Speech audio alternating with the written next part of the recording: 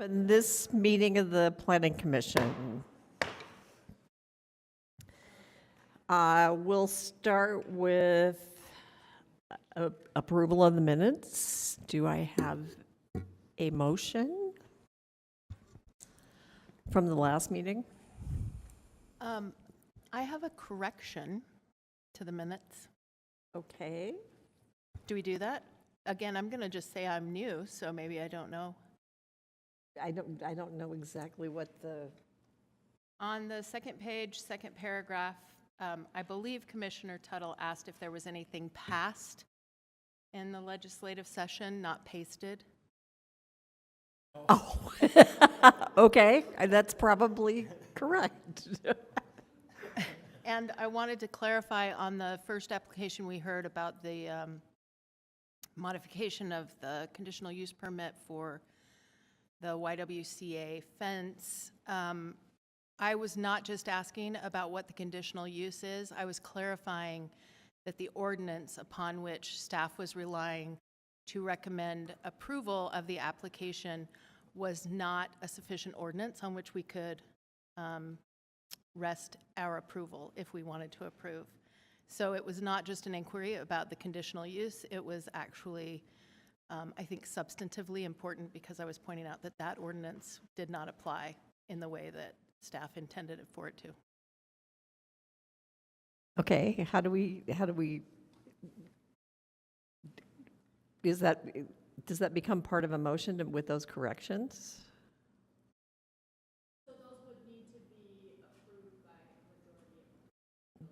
So we would need to have a vote on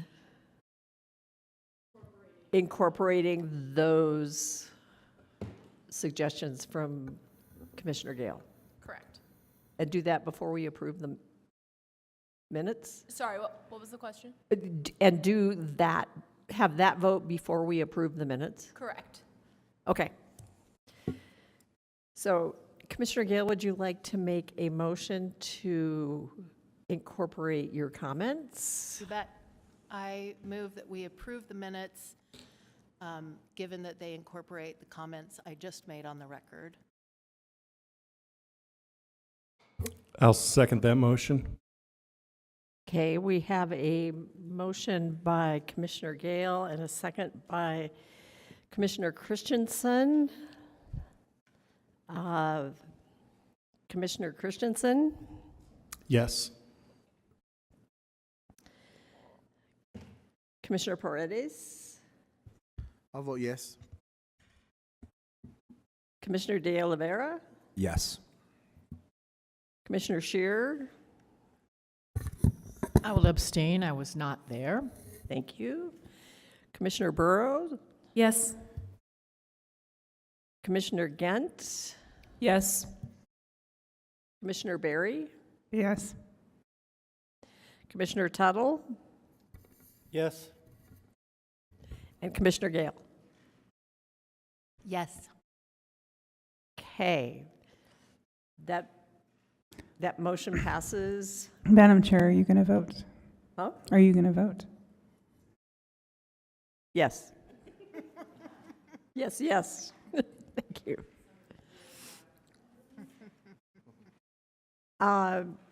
Okay, so the minutes were approved with Commissioner Gale's amendment. The chair has nothing to report. Does the vice chair have anything to report? Nope. Director, surely you have something to report. Just some updates on action and activity that the council has taken. Last night, they approved the landscaping regulations so that we maintain the ability of being a compliant city with the various rebate programs that are offered by, one's offered by the Department of Natural Resources at the state level, and one is through the Central Utah Water Conservancy District, and those rebate programs are intended to help people offset the cost of removing sod and planting with more water-wise landscaping, but they both require city ordinances to have certain elements in them. So you heard that back in December So once that ordinance is published, we'll forward it on to those entities so that we can be included in their list of eligible cities. The council also had their second public hearing on the proposed ADU ordinance last night. They initially were going to be making a decision on that. After that public hearing, they postponed that until April 4th. They have made a few changes to that ordinance, mostly around the owner occupancy, and then some enforcement stuff. So we still don't know how they're all going to vote, but we'll know after April 4th. The other thing that the council did last night is that we had another annexation application that it was an amended annexation application that was submitted to the city for some property along 2200 West, and the council actually voted to not accept that application because the city is going to start the process of a city-sponsored annexation, and to do that, there's certain things that we have to do beforehand, but that property owner who submitted that annexation is aware of that. We communicated the reasons for that, so hopefully they'll be part of that process. But that's something that we'll see how that shakes out over the next several months, and that's all I have. Thank you, Nick. Next is the Planning Commission discussion. Does anybody have any particular issue they want to bring up at this point? I wouldn't mind revisiting Andra's idea on if you miss a meeting and it's not a scheduled meeting, if it's an extra meeting, if that should count against 6 meetings that we're allowed to miss. That actually seems like those meetings should not be included in the rule about the 6 meetings. There would be, Did you see the email about it? If edits would be required to be made in the policies and procedures in order to do that, which the commission would then have to vote on. So I'd be happy to hear any other discussion there might be, and if there's a motion required, maybe we could make one and make a change in the policies and procedures. Honestly, I didn't really hear what you said. I can't hear down here. So Andra made an observation in an email that we're only allowed to miss 6 meetings, and then we have to leave the commission. But the question she was asking was whether or not that applied to regular meetings or to these extra meetings that may be scheduled in this next year. And I thought it was really a good question. I don't think that we should be counting additional meetings that are not scheduled, but are regularly scheduled. That those meetings, if you have to miss them, because we all plan our activities around these meetings, and none of us will know for sure whether or not an extra meeting might pop up, that those meetings should not be counted against us if we are not able to attend them. So we have a meeting on the 29th that is not a meeting that was scheduled on the regular schedule. So I would just clarify in our policies and procedures, if we do miss 6 meetings, you don't leave the commission. It directs that the commission needs to address your absences. So whatever action gets taken would be a collective decision, and it may be that we don't do anything for it, but it does say that we must address those absences. So there's that clarification. And my thought is we have 22 meetings a year, and we know about them. Missing 6 of those is kind of a lot. So if we have an extra meeting, which has not been a big deal until recently. You know, I think that personally, I just feel like if you're missing 6 meetings of those 22, then maybe there's a bigger issue that you have, you know, a lot going on in your life that you're not able to commit to those meetings. That I think 6 is already a lot. And so my personal feeling is that this is such a one-off thing that if you can't attend the 22 meetings and not have that kind of absence, then maybe it's something you need to reevaluate for your schedule, for your commitment to things. And life happens. We're all going in different places all the time. So, but just to clarify, if you do miss those 6 meetings, it's not like you're booted off the commission. We have had 2 special meetings in the last 4 months, right? Like 2. Yeah, and I think in 2 my new 5 years, we've had 3. Those two. So it's been really recent Backing that up right it's. now. But we had one meeting canceled, too. But One of those was a canceled meeting due to the weather. So Yeah. it's a no net change in the total number of meetings, at least this calendar year so far. Yeah, I guess I hear what you're saying about 6, but yeah, the 2 we've had, and I have travel commitments that are literally planned 6 months plus in advance. And when I get the calendar, I'm very happy as soon as I get that calendar to book off every single meeting, but it's often extremely difficult for me to change a travel arrangement ex post. And so to me, we shouldn't have canceled that meeting about the weather. I didn't see why we did that. You know, I don't know. It just seems like it's not a big deal either way, but if we're going to have these special meetings repeatedly, like we were going to have flooding and people are going to say, I can't get to the meeting because of flooding. And, you know, we have extra, we've had too many items sometimes that we've added. Ex post, we've needed more meetings. And so maybe that happens again. I don't know, that's just my take. my schedule is set already 3 years in advance because the school district has already chosen spring break for the next several years, so that's my schedule.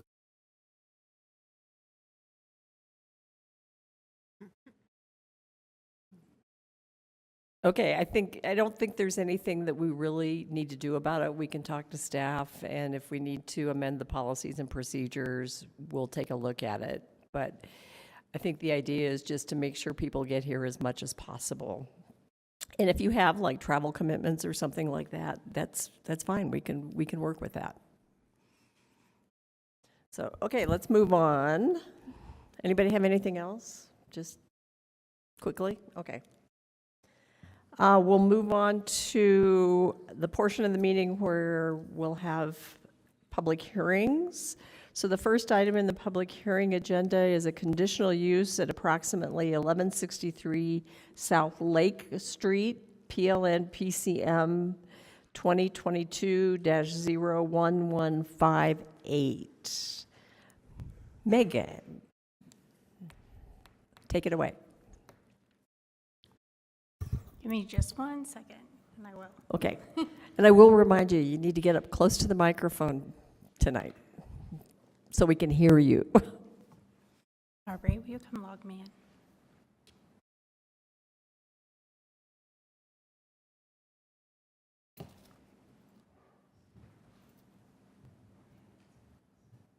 This one.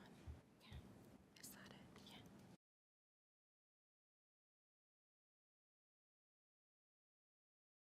Yeah. Just push that when you're ready.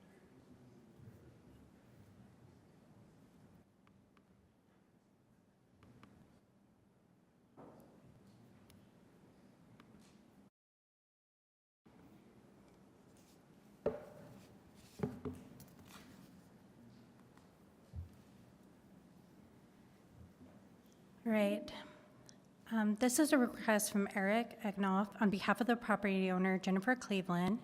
They have submitted an application for a conditional use permit for a new detached accessory dwelling unit, ADU, at 1163 South Lake Street. The zone is R1 5000, single-family residential. It's in the Central Community Master Plan area, and staff is recommending approval. Here is the vicinity map of the location. The property is surrounded by other residential homes. Some quick facts, the height of this ADU is 11 feet 4 inches. The size is 576 square feet. It will be located in the rear, more towards the southeast corner of the, adjacent to the alley. It will be just one unit. It does meet the lot coverage requirements and is providing one paved stall off the alley, and there's also parking available on Lake Street.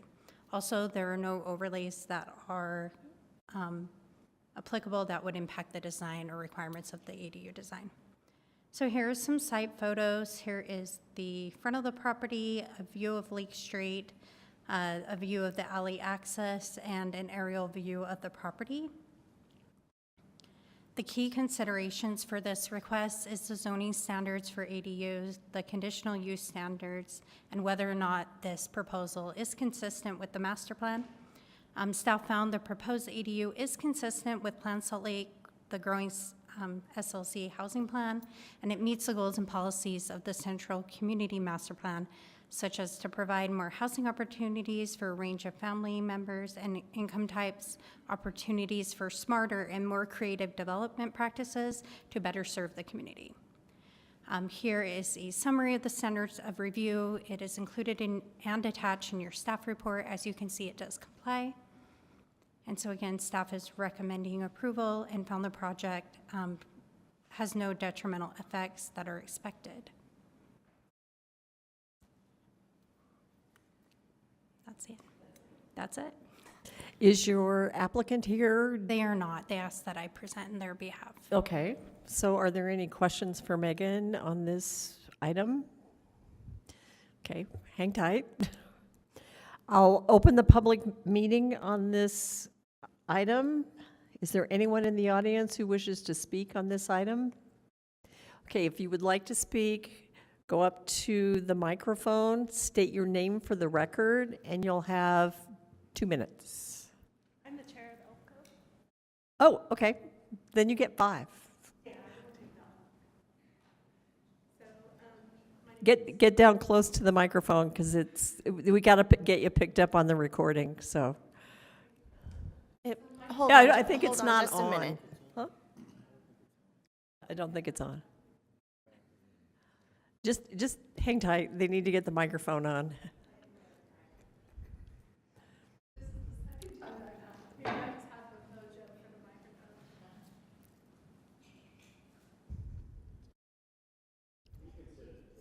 Yeah, you can.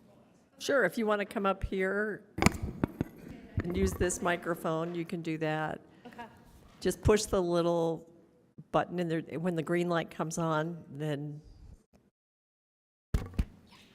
Can you get, hear me Get okay? up close, yes. Okay, so my name is Christina Robb, and I am the chair of East Liberty Park Community Organization, or ELPCO. I'm here today to thank Megan for coming to our meeting and presenting, and for putting up with me when I had a traumatic head injury from a recent car accident the week before. It was really helpful for her to come out and lead our community council with this kind of, I guess I'm just going to call it great planning leadership. I also want to thank, what was the man who talked to us first? His name was Eric. He was the applicant. He was talking for the applicant, right? Yes, Yeah, yes, he's so- the architect. Yeah. So Eric, the architect, also took a substantial amount of time to explain to ELPCO at our community meeting about the upfront process on applying for an ADU and why more folks don't actually get through that process before they get to the conditional use or, whatever happens next. I just really, from the bottom of my heart, appreciate all of the work that you guys did on this, and we received only positive feedback on the project itself. More importantly, we received no negative feedback on the project. Thank you. Thank you. See, you were even under 2 minutes. You did great. Is there anyone else in the audience who would like to speak on this item? Seeing no one, I will close the public hearing on this item and bring it back to the commission. I'm ready to make a motion. Thank you, Andra. Based on the information presented and discussion, I move that the commission approve this proposal for a conditional use for an ADU. I'll second that. Okay, we have a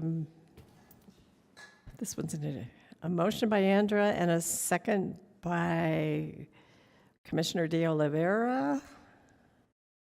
Commissioner Christensen, Yes. Commissioner Paredes, I'll vote yes. Commissioner De Oliveira, Yes. Commissioner Shear, Yes. Commissioner Burrows, Yes. Commissioner Gent, Yes. Commissioner Berry, Yes. Commissioner Tuttle, Yes. Commissioner Gale, Yes. and the chair will also vote yes. So 1, 2, 3, 4, 5, 6, 7, 8. That's 10 in favor. The conditional use is granted. Thank you. Okay, we'll move on to item number 2, the design review at approximately 435 East, 400 South. Case number PLN PCM 2022-01103. Are you Cassie? Yes, I am. Okay. Good evening. Get up close to the microphone and go All ahead. right. My name is Cassie, and I'm going to present the design review for the facade length. A quick project summary. This is a multifamily residential project located at 400 East and 400 South within the TSA Urban Neighborhood Core District. The specific request they are seeking approval of tonight is a building facade length over 200 feet along Denver Street, and staff does recommend approval with conditions of this project.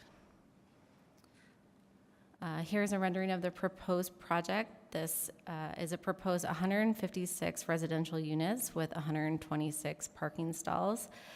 It is located over these two properties shown here. There is a private right-of-way down the center of the two properties. These two will later be consolidated, and the apartment will go over this drive aisle, creating kind of like a covered drive aisle that is shared between these three properties. Currently, there is an existing Beto's drive-through on this property with a small office building on the south side.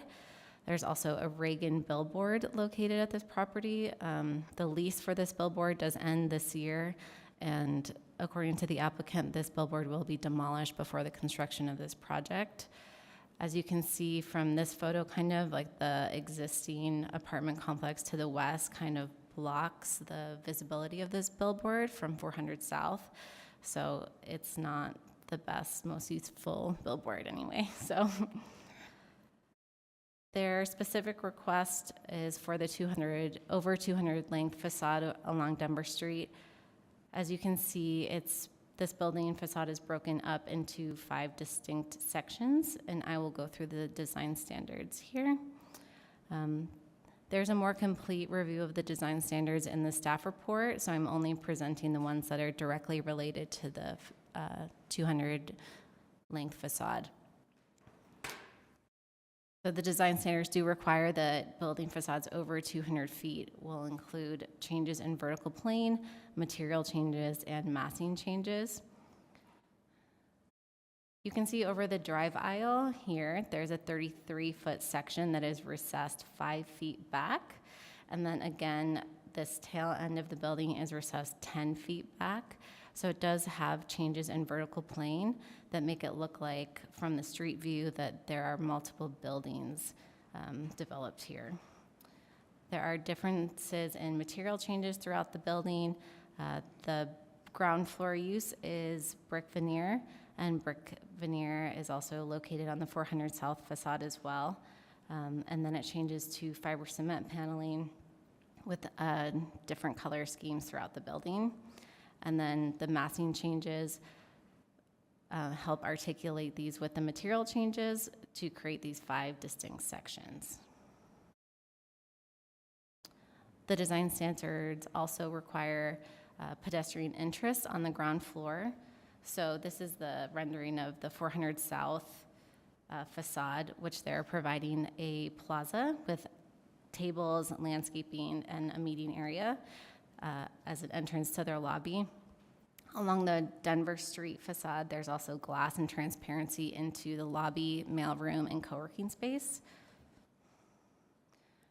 So we feel that this does meet the design standards for an active ground floor use.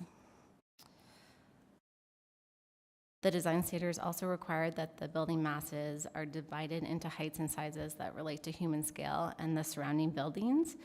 So this is the two existing apartment complexes to the east and west, and you can see here that it matches the roof line, the solid to void ratio, and also materials and color scheme as the surrounding buildings. And the different material changes, color schemes, and massing kind of help break down these buildings into separate pieces.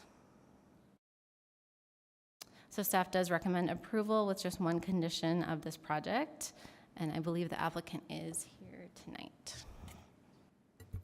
Okay, you want to come up, introduce yourself? Do you have a presentation, or are you just? My name is Gonzalo Calquita. I'm with Envision Architectural Group. I don't have a specific presentation. Okay. I'm really here, just happy to answer any questions. I think, Cassie and Aaron have been great to work with, and I think the presentation and the staff report, shows our information very well. I'm happy to, have a discussion and answer any questions you might have. So. Okay, hang right there. Does the commission have any questions? Commissioner Yeah, it's fine. Barry. Thank you. I have a question about your ground floor use. So, you're not programming anything in there other than that you could change it in the future. So what is your plans for that? Because I don't necessarily know that that really does comply with the standards. So the requirements, from our understanding of the TSA UNC zone for ground active use is that, the space is designed with the option to have a commercial use. It's obviously all part of the concrete construction. It'll have a very tall ceiling. It'll really, house all of the non-residential portions of the apartment building, which will have, a fitness area, a clubhouse, co-working space, that may also, mail room, and some of those spaces are shown in the level 1 plan. I think it's in the presentation in the staff report, and then those do comply with those uses do comply with the standards of the TSA UNC zone for active ground floor use. So, Anyone else have a question at this time? So if somebody wanted to put in a coffee shop, you would have no room for them because you've already used it all up with your building spaces? Yeah, I mean, the way it's currently shown and designed, that's correct. If the owner in the future wanted to turn that space into a bistro or some sort of space for commercial use and lease it out, that would be up to the owner to design or, to build that space for that use, but that's not what the current use is. Yeah. So, okay, this is, I guess, is a question for the commission, but we'll come back to that later. Okay. I have a quick question. So the lease on the Reagan sign expires. Those are notorious for rights of first refusal. Are you confident that the lease is going to be no longer in effect? From my understanding, the lease expires this month. Mm-hmm. I don't know. I mean, we'd have to get information from the property owner to what the process exactly is for notices for demolition for that. But from my understanding, that's getting taken care of, and yeah, the lease ends at the end of this month. All right, I'll just say on the record, I'm going to be very surprised if there's not a right of first refusal in that lease. Okay, anyone else? Okay, stay there. We'll open the public hearing on this item. Is there anyone in the audience who wishes to speak on this item? Oh, yes, I have your card. Thank you, Cindy. try the microphone, and if that doesn't work, come up over here. I will. So before I start, let me just say that I don't think I've seen a building recently more appropriately named than Encore, which just goes on and on and on. So 30 years ago, I worked on the East Downtown Master Plan, which was a rare mea culpa from the city regarding its errors in land use. In that context, it's extraordinary to look at the maps provided by the applicant on pages 14 and 15 of the staff report. That's quite a makeover in the last 30 years, and most of it's occurred in the last 10 years. One of the issues I want to bring to your attention is your authority to require schematics of the impact of the proposed building on the streetscape. I am, as indicated, appreciative of the bird's eye views on pages 14 and 15. I have a good sense of how the new building will fit into the streetscape on 400 South. I cannot tell what the streetscape on Denver Street will look like based on the information the applicant has provided. Is it going to appear to be a tunnel? I don't know. I think you have the authority going forward to specify in general what your expectations are for schematics. I'm making the same pitch in a couple of weeks to the Landmarks Commission, where we can see fabulous renderings for a single-family infill house in a historic district and far too little for the impacts of a large multi-family podium-style building on surrounding properties. I believe it's within your purview to articulate your expectations, and it would be helpful so that the division staff members don't have to negotiate every drawing. Again, I think the drawings for 400 South are very fine. Thanks. Thank you. Is there anyone else in the audience that wishes to speak on this item? Okay, seeing no one, we will close the public hearing and bring this back to the commission. And we get another planner? I'm just here to help answer questions if they come up. Okay. So I think there's some more questions that are going to come up here. So I don't know if I have a question, but just like a discussion point, those Reagan signs are horrible. There's a new building, what is that on? Something, the what? The Post, that has a sign literally right in front of it. And I think about people living in that building, and I think that is, what's your language? Ridiculous. I mean, I don't know, I honestly don't know what we can do about it, but to approve another building that's going to be blocked potentially by those signs, and as I said, they are notorious for clauses in their leases that allow them to maintain them. So just so you know, on the Post, when they brought their design in, they had worked with Reagan and they moved those signs around. So I think sometimes you just have to rely on them that they have I don't know how this sign done was their moved due around. It's diligence. literally off the sidewalk right in front of the building. And if that's what is going to be required, I just think I don't know. I mean, I don't think it's doing any service to the people, the citizens of the city to say, sure, we'll build a building and your windows are going to be blocked on this entire floor. Can I by a just sign. chime in? Can you go to the site plan, Cassie? If you look at the site plan and the look. I'm sorry, could you please, for the record, state your name? Hi, Aaron Barlow, Salt Lake City Planning Division. Sorry. In the site plan, you can see the building is built right up to the property line against the parking lot. This building would not be able to be constructed without the removal of that billboard. So if there is for some reason, Reagan pulls those shenanigans, the building would not be able to be constructed. So what you're approving today would include the removal of would require the removal of the billboard. Thank you.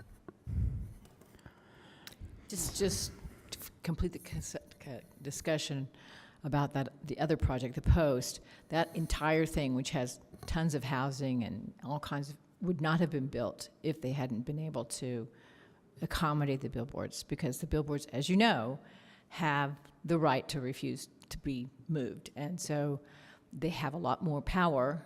And so the fact that somebody is behind the billboard, I think that's going to be the least expensive and the fastest rented unit in the whole place. I feel like we're headed for a discussion about what counts as active uses on the ground floor. And I kind of hate for the mailroom to count. And I kind of, shared co-working space or the leasing office or something like that, because it's not that active. More than one tenant will use it probably, but it doesn't feel like a contribution to the neighborhood very much. Yeah, I drove down 400 South on my way here specifically to kind of check in on how that's going, because we've had 2 new big projects just by the library go in, and there's nothing really active. There was a restaurant on one corner, but everything else is just dead. Yeah, there's glass. I'd love to walk by and look at your mailroom and watch your tenants work out, I guess. So I'm exceedingly disappointed at these projects that don't really go to the point where we want to have that activation of pedestrian engagement. And so we're getting a lot of apartments and no multi-use that activates the streetscape in a way that we've all been continually talking about envisioning. So if I'm asked tonight, like, should I vote to approve extending beyond 200 feet, I'm not inclined to do that when we're not getting any activation out of this. We're not getting anything for the public use. 4th South is going to continue to just be a disappointment along a major tracks line that we should be capitalizing on actual multi-use, and we're not. So I don't see a reason for me to be like, yeah, let's extend this beyond the facade of 200 feet when I'm getting a mailroom, and maybe they'll throw in a bike storage. Who knows? But it doesn't do anything for the city objectives to create a vibrant community. And I feel like those are just continually some opportunities we miss. I concur that I don't like 400 South is bad and just doesn't improve it. I guess I'm questioning. It seems like I don't know that zoning is really the best planning tool to sort of address these problems of kind of not having enough pedestrians and the sort of viability of retail. Like, I guess I would rather have us use other planning tools, like maybe penalize cars above a certain size or there are other planning tools out there other than zoning that other cities have tried, and we just seem to be like, everything's going on zoning and land use, and these kind of micromanage. I don't know. I agree. I hate the lack of activation. It has long-term effects to have, our main corridor not have amenities that people can walk to in the neighborhood. I just don't know that not allowing this development is really, and we've seen many developments along 400 South, and we don't seem to be getting there, I guess is my point. And I'm not sure that additional denials of these sorts of applications are going to get us to what we need to get to. I don't know. I'm just putting it out there. I wish we had other planning tools, because I don't like this for pedestrian activation. Yeah, I agree with Commissioner Gant, especially if we're talking about having a shortage in housing. I would definitely not hold up this development, because out of all the buildings that are there that are failing to provide a vibrant first floor, I don't know that I would vote against this. I know I would vote in favor of it just because of all the new housing that it brings into the city. One of the issues I think here too, with the street activation problem, is that the retail space is very skinny. It's only about, I'm going to say, based on the parking, it's maybe 22, 24 feet wide. And that is not a really viable size for retail space. So in a sense, we're cutting off the possibility of the future of this as a restaurant or a coffee shop or anything, donut shop, whatever, because we're already saying this is just something we're putting in the lobby to fulfill the obligation to have an activated space. I mean, all of this stuff could be on the second floor, if they wanted to. Or they could widen it so that there would, take up 8 parking spaces. You know, I mean, that could be done in the future as well, of course, but it's sort of one of those problems that if we get into the habit, and we have been in the habit, certainly here, but also elsewhere, of having these extremely narrow spaces, which we are continuing to allow to be called activation. I don't think we have a good, maybe we do have a better definition of street activation somewhere than to say, you know, okay, the exercise room is street activation, or the leasing office is street activation. I don't think those things are street activation. So I can understand, though, that we can say, you know, we need to have these uses, but the uses respond to the market. So if the market's not there, we also don't want it to be empty. So maybe this is something for our next discussion point, but I'd love to see us allow density bonuses for real, actual ground floor retail, because we know developers are losing money on it. I understand why we're not getting proposals for ground floor retail. They're losing money. They're not going to put in something that they lose money on. But could we, you know, we're going to hear later about some density bonuses if you put in affordable units, because I hear what you're saying, Brenda, and maybe we could just in like a few weeks maybe discuss whether that is something we would consider, you know, to make it more viable. In some places, they consider a coffee shop to be an amenity, and it's actually something that the developer gives the space for it to happen, just like they're giving the space for co-working or club rooms or leasing office. So that is also something that we can talk about as these are amenity spaces for the residents. And just to clarify, Brenda, because I am not an architect, your view is that the way it is currently designed, it cannot be converted to retail in the future. We'll never say can't. But it would be very costly. Is what your view is that it would be very it's costly. not designed to accommodate a restaurant or coffee shop. It doesn't have any of the utilities. It doesn't have, you know, any of the things where grease trap and other things for a restaurant. I mean, there's rules, and it would be expensive to retrofit it. And also, it's just not. It's a very narrow space. It's really narrow. So. How narrow is it? Can we clarify how narrow that is? So you're talking about the depth of the space? I am. So the TSA zone requires, I think, 25 foot. That's the minimum. And in the building on the, I guess, north to south strip of space that we show as leasing offices, and I think we're just around there, 25 feet. And that's just, you know, to get parking on the inside of the parking on the other side. Another just quick thing to note there, Denver Street is a private street.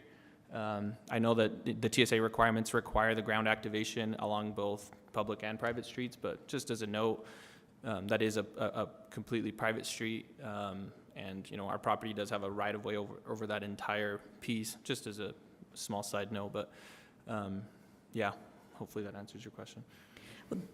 You're asking for a 40% increase in the length of the building, and Denver Street will be the worst street, because that building that's already there is already a super boring, really tall, you know, right up against, so Denver's going to be the worst with a 280-foot long building that has a drive-through, maybe so you can get to Starbucks? Is that what the right-of-way is for? Correct. I mean, there yeah. is a Starbucks there, but that's not yours. One of the other things I looked at on this project pretty carefully was the 4th Street, 400 South facade and the way you approach it through this, what they're calling, I can't remember what they call it now, stoop? Yeah, a stoop, we call it a stoop, right? Because I'm very concerned that one of the buildings that's not far from here has a very unattractive way of being on the street with a sort of ramp. And this one also has a long ramp, but at least it has a patio. So I'm thinking that, you know, you're not just ramp next to the building, you're ramp next to something where you could potentially at least stand there. So, if not sit there. So I think that's okay.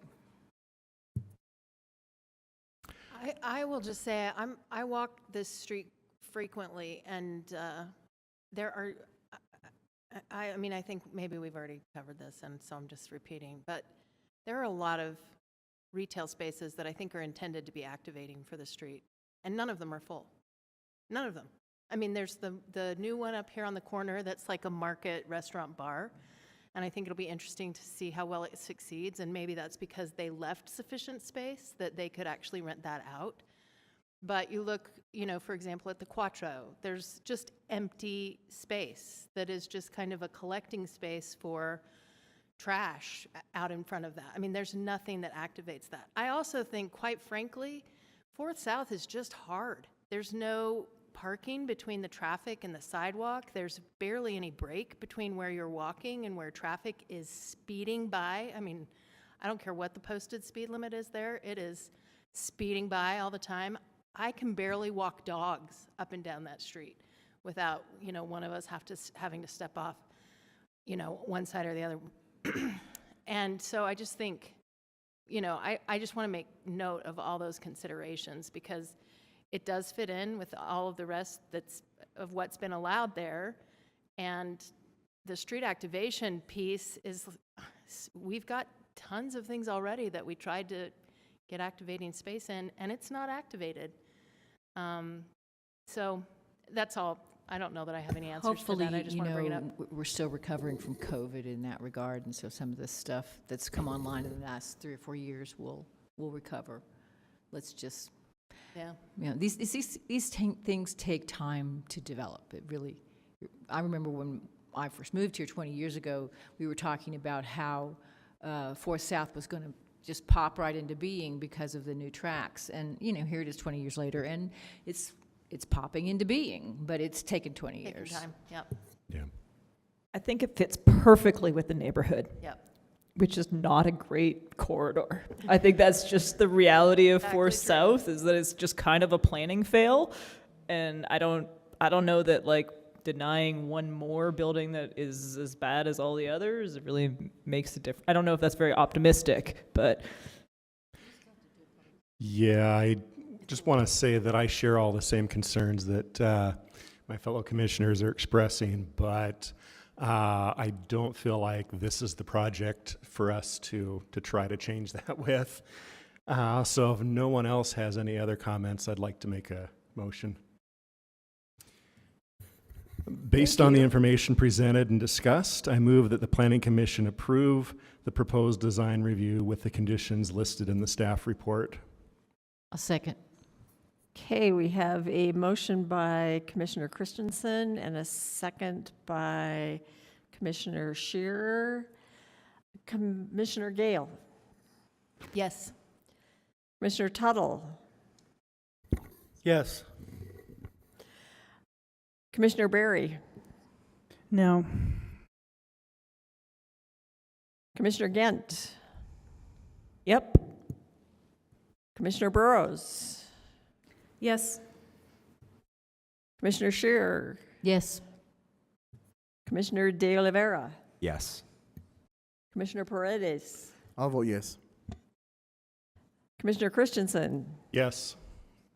And the chair will also vote yes. So 1, 2, 3, 4, 5, 6, 7, 8, 9 in favor and 1 against.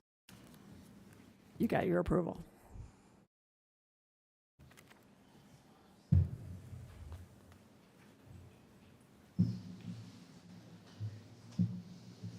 Just wait until we get to the big one. Okay, item number 3 is modifications to a design review approval for Chicago Street townhomes at approximately 928 and 938 West South Temple and 1828, 30, and 36 North Chicago. Case number PLN PCM 2021-00825. Sarah. Thank you, Chair. So this is a design review modification for the Chicago Street townhomes. They are located at 928 West South Temple. You can see South Temple to the right on the slide. This was originally approved by the Planning Commission back in January of 2022. It received approval for plan development, design review, and preliminary subdivision. The design review was necessary since the development did not receive enough points through the TSA development review process for administrative staff level approval, and there were also some additional requests for modifications. Tonight's design review request is for modifications to the entry feature requirements. So the request is to modify the street-facing doors on Chicago Street so that they're perpendicular to the street. There's a section that requires that the ground floor and to have a primary entrance facing the street for each unit that's adjacent. And so this modification relates to a specific standard and can't be reviewed administratively. There was another minor modification from what was previously approved by the Planning Commission. So you can see in the rendering there, the door facing perpendicular to the street. So here are the approved plans on the top with the doors that face the street, and then the proposed plans with those doors moved perpendicular. And so staff is recommending approval of the modification, and the applicant is here and has a short presentation. Okay, if you'd have them come up, you can stay there. Be sure to state your name for the record and get close to the microphone.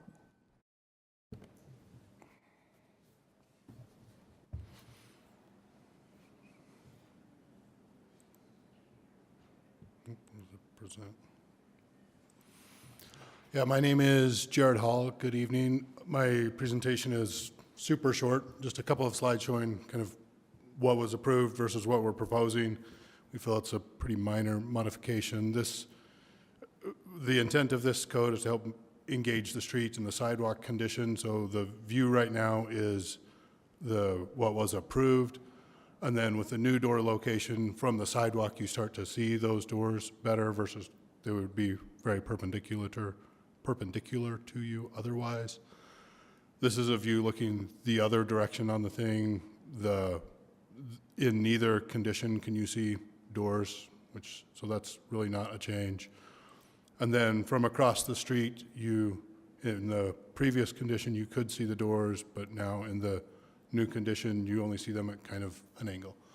So this change was made because as the project has developed structurally, it was really hard to keep those doors in that same location. So they were proposing to move them to the new perpendicular location.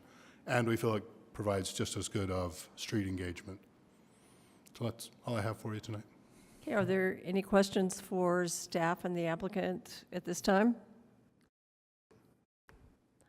Okay, seeing none, we'll open the public hearing. Is there anyone in the audience who wishes to speak on this item?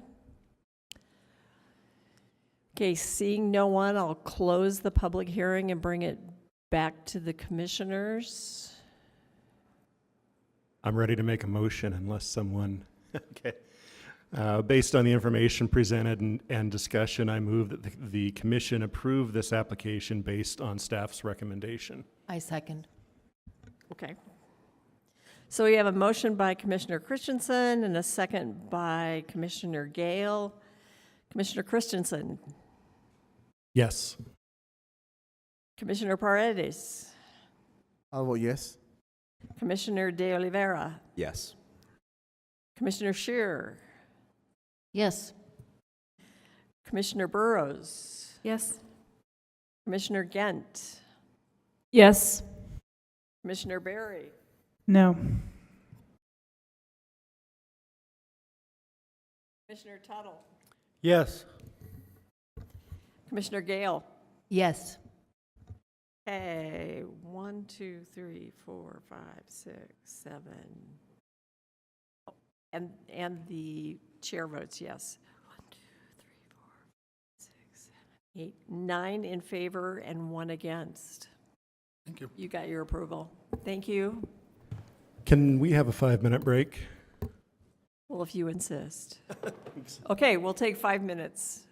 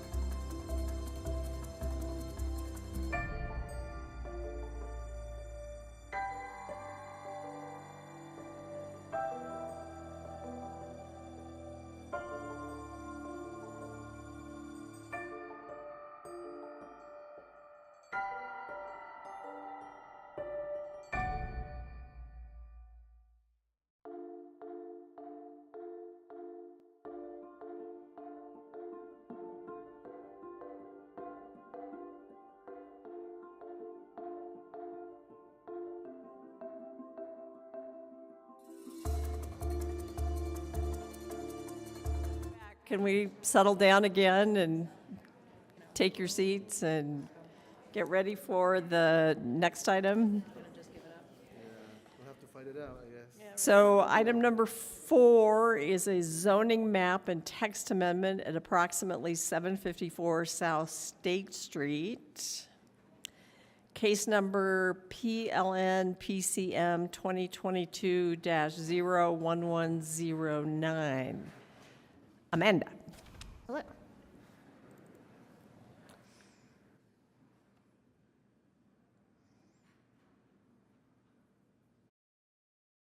Thinking about it. Okay.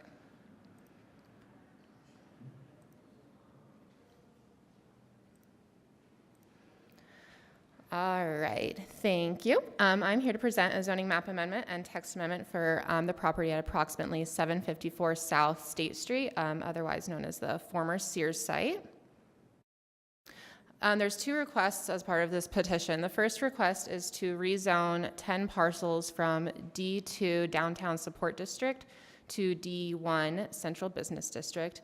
The property is about 9 acres, and if the applicant, sorry, I should have said the applicant, Tyler Buswell with Curtin McConkey, and he is representing IHC Health Services, who is the property owner. If the amendments are approved, the property owner intends to build an urban hospital on this site. The second request is for a text amendment to the table of permitted and conditional uses for downtown districts. It would add hospitals, including accessory lodging facilities and ambulance services, to the D1 zoning district. I provided the definitions below. The original request also had a request to add some retail services, but when you looked at the definition, it directed you to land uses that were already permitted in the zone, so we removed that from the request because they did not need to move forward with that. Planning staff is recommending that the Planning Commission forward a positive recommendation to the City Council regarding both amendments. Here's the project site. It's between 700 and 800 South State and Main Street. If the text amendment is approved, it would allow these uses in the area highlighted in the map to the right. It's not anticipated that another hospital use would be proposed in the downtown area because you need a lot of land, and this would probably, fulfill the need for that service area. But potentially, ambulance services and hospitals could go into these highlighted blocks. The property is surrounded by the D2 zoning district, but the D1 downtown, the business district, starts about a half a block away, so it isn't very close. The standards for general amendments that were reviewed were consistency with the city's master plan's goals and policies. Does it support the zoning ordinance? The impact of the amendments on adjacent properties, consistency with applicable overlay districts, which there are none on this zone, adequacy of public facilities and services to serve the property, and that speaks directly to zoning map amendments. And then for the zoning text amendment, the extent to which the amendment implements best practices of urban planning and design. The subject property is located at the southern edge of the downtown area in the South State Corridor. It's adjacent to the Central 9th neighborhood in an area also referred to as Midtown. This really is the center of where many multiple community councils meet. It's in the Ballpark neighborhood, though. The downtown area is expected, the growth is expected, and it is appropriate. As part of this review, we circulated it to other city departments, and if this site is redeveloped, the existing infrastructure cannot support the redevelopment and will need to be improved on all of the public streets. Public and city reviewer comments call for street activation, breaking up the block, and high-quality design specifically of the public realm if these amendments move forward and a hospital is developed on this site. Plan Salt Lake, there are 4 different policies that this zoning map and text amendment meets neighborhoods that provide a safe environment, opportunities for social interaction and services needed for the well-being of the community, a beautiful city that is people-focused, ensuring access to city amenities for all citizens, and a balanced economy that produces quality jobs and fosters an environment for commerce and local business and industry to thrive. I also looked at the development potential. So by right, in the D2 zoning district right now, is the by right height is 65 feet. The applicant has stated that part of the request to rezone would be to increase the development potential of the property, and specifically additional height may be requested as a part of their proposal in the future. In the current zoning, the maximum height is 120 feet with design review approval. The zone does have multiple design standards, though, relating to ground floor use, visual interest, building materials, entrances, and maximum building length. The current D1 zoning district has a minimum height of 100 feet with a maximum of 375, and that is for corner block buildings, which, if developed, this property would be considered a corner block with multiple corners. There is no height limit, though, in the D1 zoning district with design review approval. The difference between the D1, really the D1 and the D2, other than this height, is the D1 actually has less design standards than the D1 does in our current zoning ordinance. We do have a proposed ordinance that has been transmitted to the City Council and is scheduled for a briefing on April 4th. And it moved forward with a positive recommendation from Planning Commission. The proposed downtown building heights and street activation text amendment would eliminate the height differences between corner and mid-block lots in the D1 zoning district if this was approved. And then it also changes the by right height in the D1 from between 100 and 375 to 200. Anything above that would need to go through the design review process. And then there is no maximum building height if it was approved. To be eligible for additional height, though, we do have new criteria that projects would have to meet.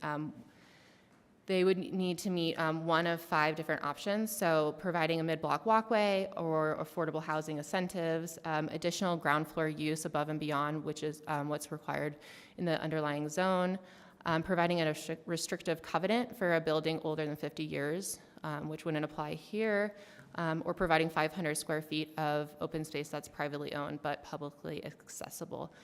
If this text amendment does go through and the zoning for this property is changed, I would expect, and they decided to apply for additional height, I'd expect the proposal to include a walkway, a ground floor use above and beyond what's required, or the open space, since the other 2 really aren't applicable. And then also the new design standards for the D1 zone would include maximum blank wall length, reflective glass limitations, dimensions between building entrances, streetscape requirements, and increased building articulation. And as I mentioned, it has not been adopted, but it is with the council, and we expect to hear it on an agenda here soon. Also looked at compatibility of this zone change and text amendment with adjacent properties. So the property is within the Ballpark Community Council. It's on the northernmost edge, and it actually sits right in between downtown, Central 9th, and the Central City councils within 600 feet. So all of those community councils did receive a public notice asking for feedback. There was a joint community council meeting held here in this room with the applicant, where all the councils came together, speak with the applicant, and ask questions about the proposal. To the north of the subject property is downtown. There's small-scale restaurants such as Sapa and smaller-scaled retail until you reach that downtown area, and then things are escalate in intensity. To the east is the Central City residential neighborhood, more historic single-family homes.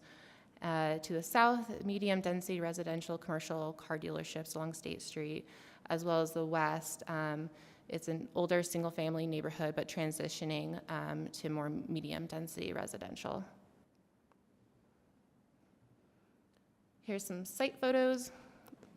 It's a very large site. So I took photos from all of the public streets, some surrounding businesses and buildings. So like I mentioned before, Sapa Sushi is directly north of the project site with frontage on State Street. Across from the project site on State Street are some vacant buildings that were being renovated, but that has since been put on hold. There are small-scale retail and commercial uses along 800 South. On Main Street, facing north, you can see downtown, Ground America. To the left-hand side is some apartment buildings, and then you also see on Main Street towards the west are auto body car dealerships. And then along 700 South, there are more vacant buildings and smaller scale retail, and then there's two businesses directly adjacent to the site on 700 South east of the subject property, in that little nook that's carved out. So based on the information in the staff report, planning staff is recommending that the Planning Commission forward a positive recommendation to the City Council for the proposed zoning map amendment at approximately 754 South State Street. Staff is also recommending the Planning Commission forward a positive recommendation to the City Council to add hospitals and ambulance services as permitted uses within the D1 zoning district. Please let me know if you have any questions. Thanks so much for that, Amanda.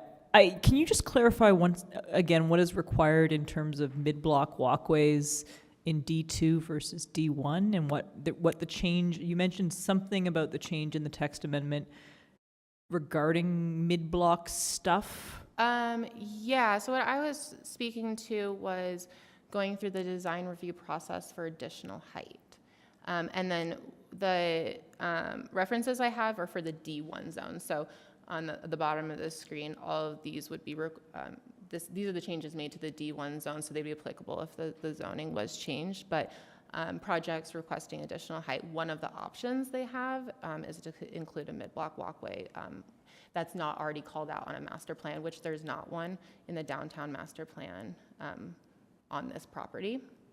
So an option would be to provide a mid-block walkway, and then that would meet that criteria to request additional building height over 200 feet.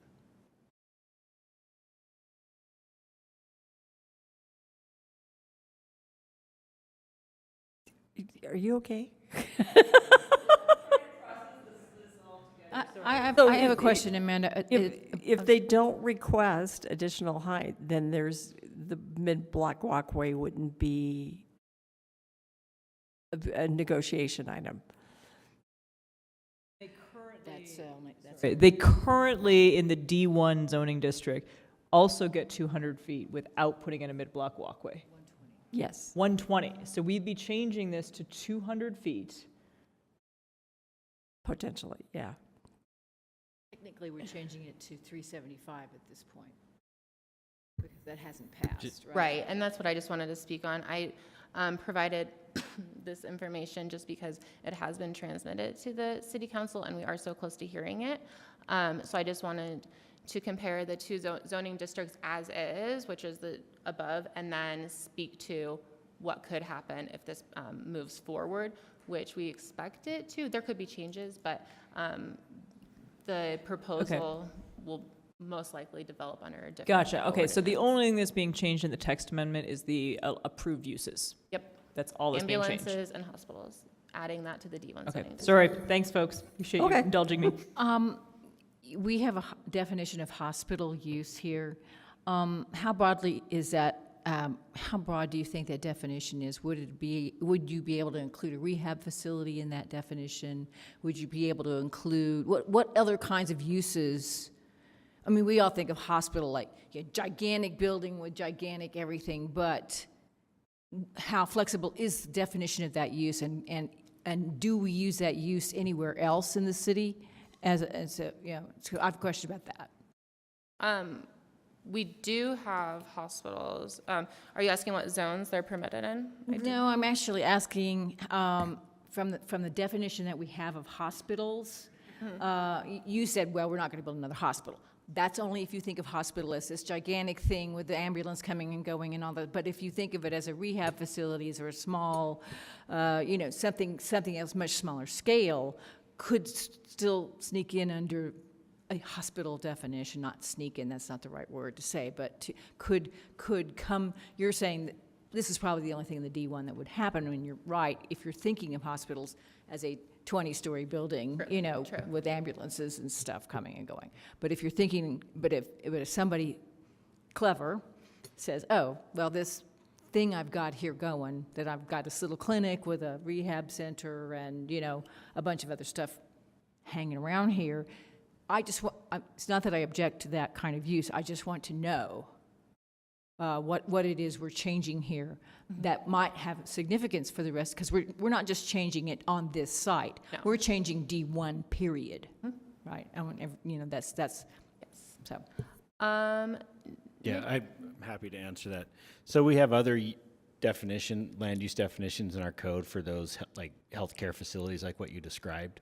So a hospital is different, and because those other uses have more specific definitions, that's how they would apply to those uses if somebody wanted to operate one of those. And they are allowed in almost all of our commercial mixed-use zoning districts, so. So Amanda, I just have a clarification. So it wasn't in the staff report, but what about like Life Flight? Is that going to be allowed at this facility? Yes. Okay. And that's actually, it's already a permitted use in the zone. It would be. Okay, do we want to? Do you have a quick question, Commissioner Paredes? That's okay. Go ahead. I was just going to answer the question about the air ambulances and things like that, the helicopters. So in the D1 zone, we do allow heliports, and so that's how that use would be addressed through that. So it's allowed now. In fact, we have one or two already, and so this would be something that they could do even if it wasn't a hospital. Can you explain why we want to add those as permitted and not as conditional? Because the heliport in D1 is conditional. Like if they do that, they'll also need a conditional. So the reason why we would look at like a hospital different is that, and whether it's should be conditional or permitted, is whether or not we think that there's potential detrimental impacts created by that. So obviously with a heliport, there's an associated noise, there's lights, things like that, right? So that would be a reason why that would be a conditional use. The hospital in and of itself doesn't necessarily produce impacts that are any different than other permitted uses allowed in the D1 zone that can be generate a lot of traffic, have a lot of noise, a lot of people coming and going, deliveries, those types of things. So that would be what you'd want to consider in determining whether the use should be permitted or conditional. Would we also, have you thought about if we add those uses to like D2 and D3 and D4, all that? Well, that's not in part of this proposal, so we haven't looked at that.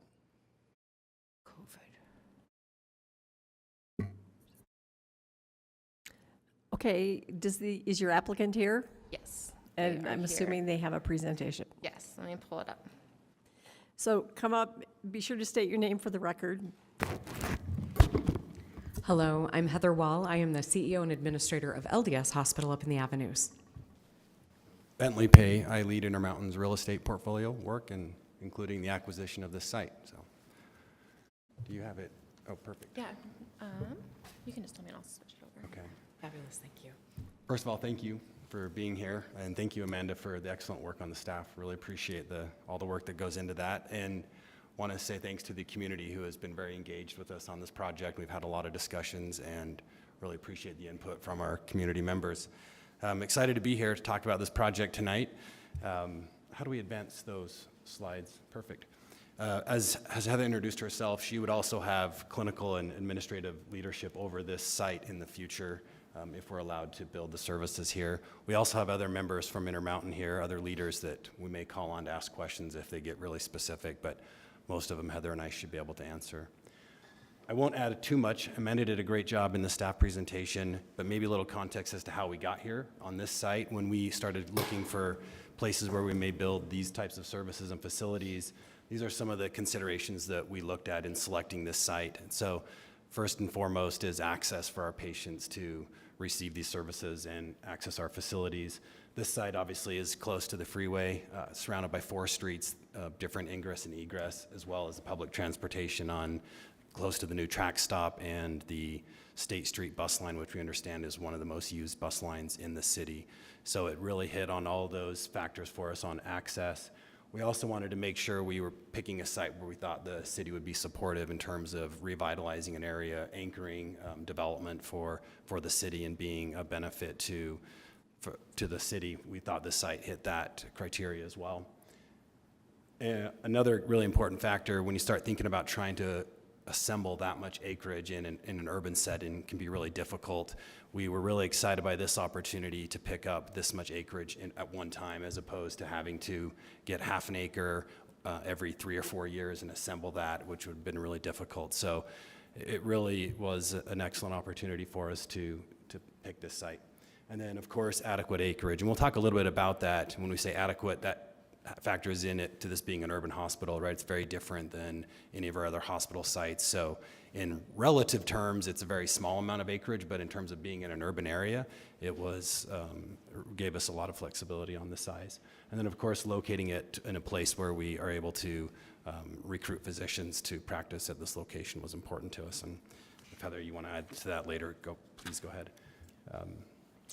Just a quick comment, and you'll see here in the header that what I want to highlight, and I mentioned in urban facility, one of the most common feedback that we've got from our community is, do you guys know that you're going to build an urban hospital, right? This isn't going to look like a lot of your other places, and certainly want to express that we're aware of that this would be different. It would have to be customized to where it is on the amount of acreage. But the impact of this site here, we just put a few statistics, the daily flow of 1,700 employees to the site. Obviously, when Intermountain builds, maybe just go to the next slide. Some examples of the high quality construction that Intermountain builds. We view ourselves as committing to a community for 100 years. We want to be an anchor for here, and we build our facilities that way. And then we also regularly refresh our facilities. We keep our locations and hospitals very updated. So we plan to be here for a long time if we're allowed to build what we want to build. Heather, you want to add a few comments? Absolutely. Thank you again for letting us have the chance to come and speak today. And I echo the thank you for the work that has been done with this. Do you mind going to the next slide for me, please? While, again, it's not going to be a one-for-one relationship, I did want to provide the commission with a little bit of detail as to what a hospital looks like when you build one and what those services look like. Something that I think is a really fun statistic is in the hospital that I'm at right now, we have over 2,000 babies that are born annually. So we basically have 100 kindergarten classes that come through our facility on any given year. With that, we also offer acute care services, meaning a patient comes in, whether it be through the emergency room or through another venue, and we admit them, and we do that for over 10,000 patients a year.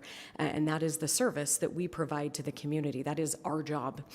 We see over 22,000 patients come through our emergency room, and we provide critical care services to them to make sure that they have the surround services that they need. And that is what a couple of the bullet points that we referenced as Amanda was presenting was equity for the area. And in my mind, the access to the emergency room, the access to phenomenal care for individuals that live in the downtown and surrounding areas is really important. I also want to call out something that is also important, which is the give back economically that you see with a hospital. You'll see that 10,000 surgery number. One of the things that is super unique with LDS Hospital right now, and again, it wouldn't exactly translate perfectly, but I wanted to give you this perspective, is we had patients last year from 49 out of the 50 states come and choose to have care at LDS Hospital. Many of them flying in for bone marrow transplants, many of them flying in for surgeries that are done for cancer care that are not done really anywhere else in the country. We have some of the very best practitioners. And so it does bring individuals that are deliberately coming to Utah and coming to the downtown area for healthcare. And so I thought that was important to note. The other statistic on there is just a number. We do over 57,000 imaging exams, and what that does is provides preventative care as well as other types of care for patients that need them. Do you mind going to the next slide, please? One of the things that as we started to think through the idea of building an urban hospital in a downtown area was try our best to understand both the needs of the community as well as the wants of the community. And so we started asking questions to the community. We actually started a survey with the downtown and adjacent areas trying to understand what the community would want and need. We paired that with direct community connections with businesses that will be our neighbors and some of the individuals that own those businesses. This is a really big deal to us. As you build a hospital, you become part of the community, and so it should be expected of us that we are making these connections with the individuals that would want access to those services, as well as the community neighbors that would be business partners with us.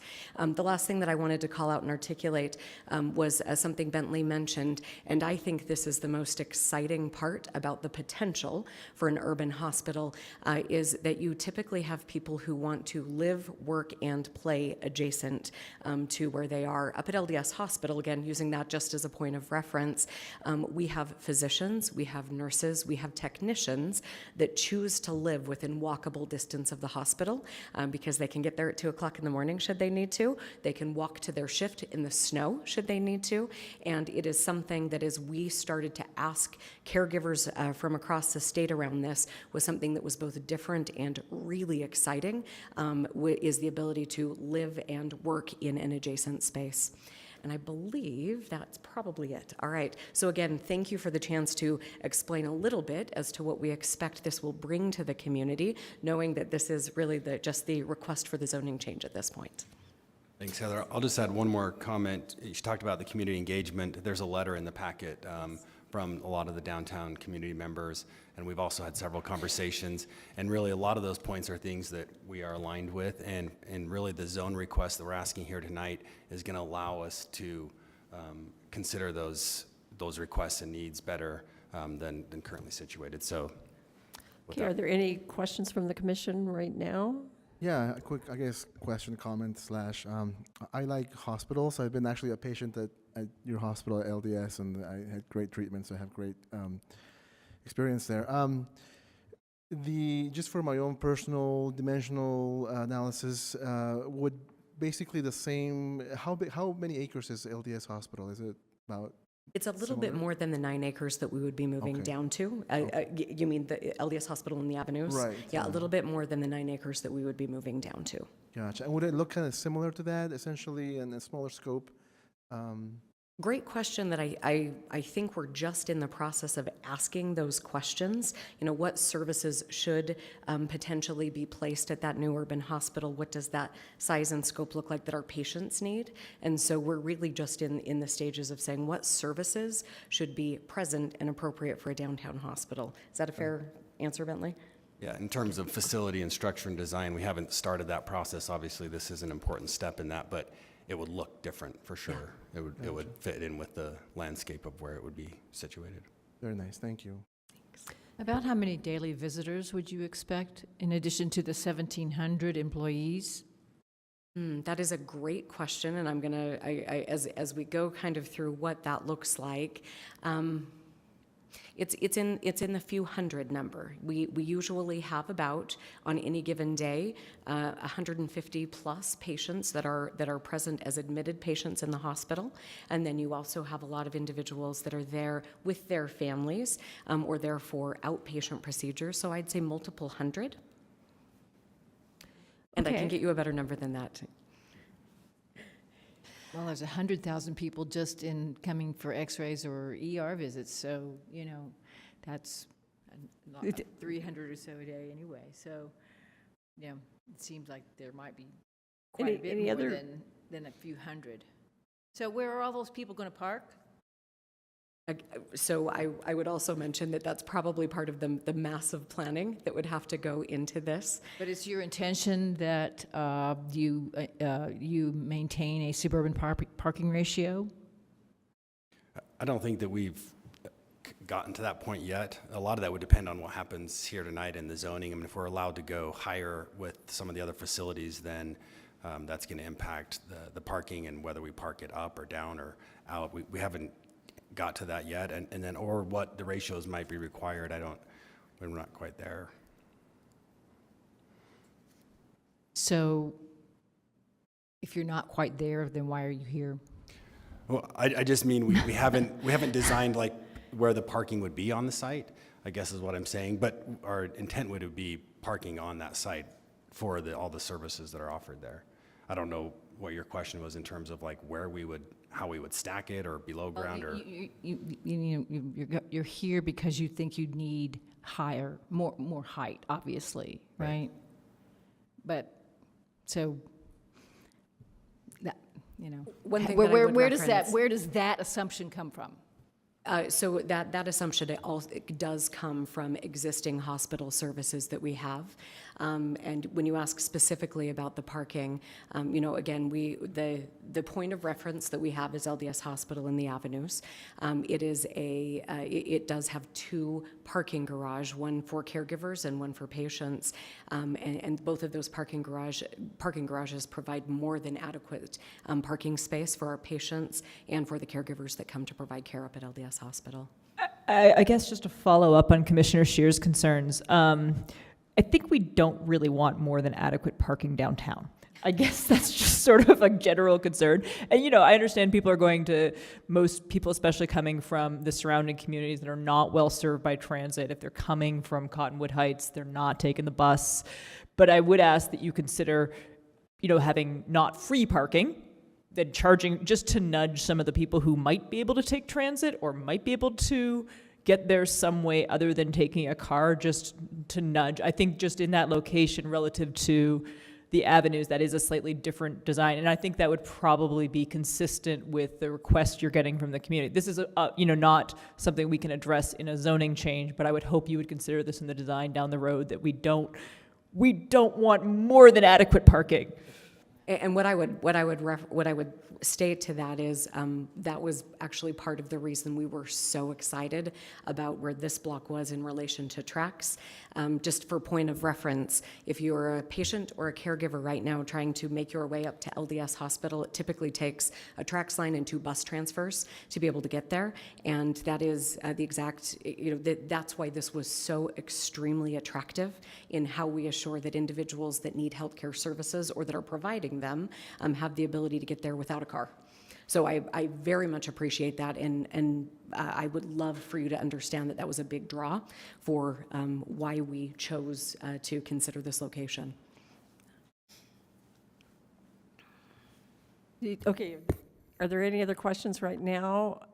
Or we'll move on to the public hearing and come back to it. Okay, hang tight. Thank you. I'll open the public hearing on this item. Is there anyone from any community council in the audience that wishes to speak on this item? Okay, go up to the podium, state your name for the record and which community council you're with. Okay. And you'll get 5 minutes. Okay. Hi, Heather. Hi, everyone. So Tom Merrill, Downtown Community Council, and we've been engaging with the Intermountain folks since the beginning. We've been pushy. We are excited to have Intermountain join the downtown area. We think that this is just a monumental opportunity. We want them to have all the height in the world. We don't think the parking's going to be an issue because everyone's going to live in the 35-story residential high-rise. There won't be room for a parking lot. Our requests are well documented in the letter. Like I said, we've been pushy. We're excited. We think that this is going to be just a really important development, really going to create a bit of an important anchor in the southern part of downtown. Our main request came up in our meeting with the Planning Commission, and it is, again, in the spirit of being pushy, that we'd love to see a concept plan at the minimum, ideally a development agreement prior to D1 zoning. The reason for that, despite the trust, the good faith conversations that have already taken place, is we do know that Intermountain is a big organization. They now span multiple states. There's a lot of disparate financial requirements, and we know that things could change. And really, what we want, we're like the pushy group of friends trying to support our friend with their New Year's resolution. We want as much early public commitment as possible to keep this on that track and to hold us all to what we know is a really special opportunity. Additionally, we do think that from a community benefit standpoint, which is kind of unique, right? It's why we haven't been as pushy with not all the developers that come downtown, is because they are a nonprofit, and part of that is to provide a community benefit. Obviously, the community has to have a good amount of input into that, into what benefits the community. And we think that earlier we can start seeing how this is shaping up, and we totally get that things are preliminary, that we can give proper input. So that's kind of our general approach. And but like I said, we want them to we want them to have the height. We want them to take full advantage of the public transportation and to really build something special. And we're here to be good community partners. So thank you for your time. Thank you.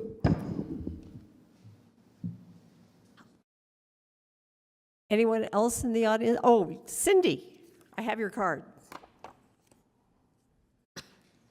Yes, so I want to talk about the impacts on the Central City community, which is residential directly to the northeast of this site.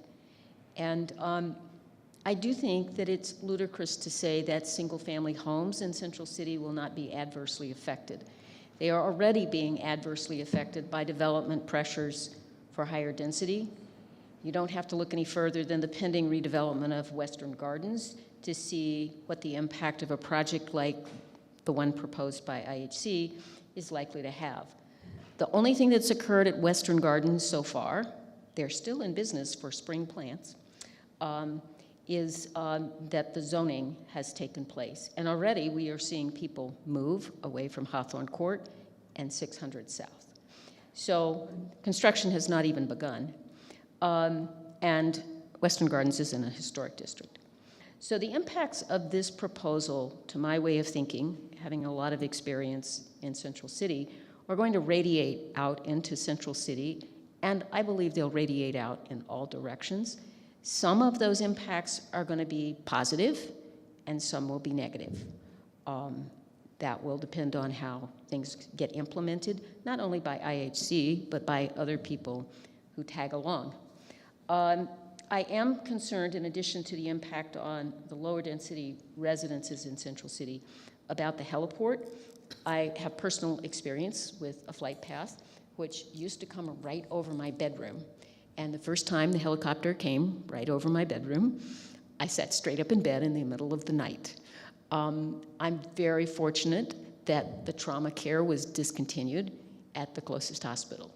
But having a flight path over your house is nothing fun if the hospital engages in frequent trauma care. The other thing I want to talk about is the additional height in the D1 zone, and I'm not opposed to the D1 zone for this property or additional height. But it seems to me, looking at the proposed changes now with the city council, that less expensive housing is one of the options. And I would like to see IHC engage in workforce housing in the proximity to the hospital, because there's no place for anyone that is employed there to live. Thank you. Is there anyone else in the audience who wishes to speak on this item? Seeing no one, I will close the public hearing and bring it back to the commission. Any discussion? I'm going to jump in really quick, and if everyone will indulge me, I was one of those people that came from another state. When I was 14, actually, I had cancer, and I say I came to Salt Lake for treatment. They assume it was Primary Children's, but LDS Hospital was the one with the, I don't even know the word, oncology radiologist that was sufficient to treat me, and so I appreciate the work you do very, very much. This, to me, is a no-brainer. The city's developing. We need centralized health care, emergency care, trauma care, all of it. Maybe some of us don't like the fact that the city is getting larger and higher and noisier, but we are trying to be a central, large city. And I think leading the way with a hospital that's taking this swath of property that was previously a dilapidated Sears store, I can't think of a better use of that, quite frankly. As soon as I saw this in our packet, I was very excited and thought this will be a great, Intermountain is a great partner in all the communities where they develop. They give back to the communities that they develop in, and I just don't see a downside at all. I think some of the things we've talked about, parking, concept plans, all of those are regulated by other rules. This is the first step, and changing the zoning, I think, allows them to start moving forward with some of that planning.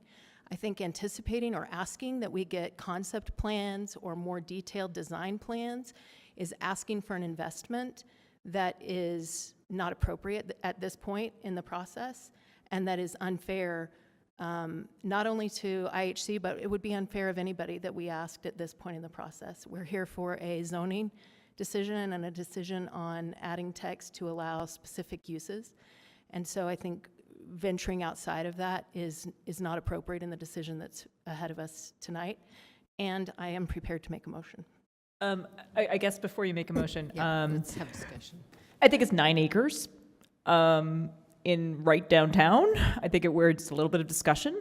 I think that I'm sympathetic in principle. I don't think a development agreement is out. I think that would give the city council a little bit of ability to negotiate sort of key points and what the neighborhood councils want to see. I agree full site renderings might be a little bit extreme at this point, but I think saying pursuant to a change from D2 to D1 with an attachment of a development agreement with city council, and hopefully the community councils can bring their concerns and what they want to see to city council. I think that just gives a little bit of power to city council, because this is going to shape our downtown. This is 9 acres, and I don't think it should be a huge impediment in the development process to have give city council a little bit of leeway. I don't, people who are more familiar with development agreements can weigh in, but I think it's 9 acres. That's huge. That hugely influences what sort of businesses we have downtown, what sort of residents we have. It's a huge opportunity, and I just wouldn't want to see it squandered with like 400 South. Just to respond to that, in my experience, a development agreement over 9 acres would be excessive, and it would be an excessive cost and an excessive time to negotiating that. And my understanding is development agreements can only be entered into by the city council, right? That's correct. We can recommend it as part of the zoning change. We've done this in the past. We've said, and attached to the recommendation, because we're only advisory here, we advise them to enter into a development agreement. I think a lot of the points that the neighborhood organizations have so thoughtfully made, and I don't agree with all of them. I know some of them are not actually that feasible, but most of them have would have a lot of benefit to the community. one of the differences between a hospital use and any other kind of use that you might put downtown is that a hospital doesn't require most rooms to have windows. And what that does is to make the depth of the building, which in most cases would be sort of maximized at about 120 feet, 5 feet deep. And here you have a 660 foot by 660 foot block of land, which could easily be covered with 660 feet by 660 feet of building on just one big footprint, and probably will. And I think that there are concerns that I'm in favor of having a hospital there, no question. I'm in favor of having an urban hospital there. I am not in favor of letting, having an open space on that site that's, 500 square feet, which, by the way, is about 2 parking spaces. So I do think that there is very delicate site planning work that needs to be done here. And by making this a D1 zone, you're basically taking that possibility away. Yeah, I think I hear both sides of everything that has been shared, but I do agree with Commissioner Gale that it's a hospital. We have a lot of track history with Intermountain Healthcare, and I'm ready to make a vote and vote in favor of it, but we can have more discussions. And when it comes to parking, again, just because everyone voices their opinion against parking, I have to voice my opinion in favor of parking that everyone's aware of. Love parking, put plenty of parking there. All 4 of my children were born at LDS Hospital. Love the fact that I could get off work, run up there, find parking easily, see them, go back to work. We need parking. If I had to take the train and buses, geez, I would be traveling for like, I don't know how long it takes to go from Cottonwood Heights to LDS Hospital a few times a day. But anyway, thank you. Can I ask the staff, in other places, in other zones where hospitals are permitted use, well, are they always permitted? Are there any other zones where they're conditional? Yes, Research Park is conditional, but that isn't a location where there's jurisdiction. So the other 3 zones where they're allowed and they're permitted is institutional, urban institutional, and actually TSA.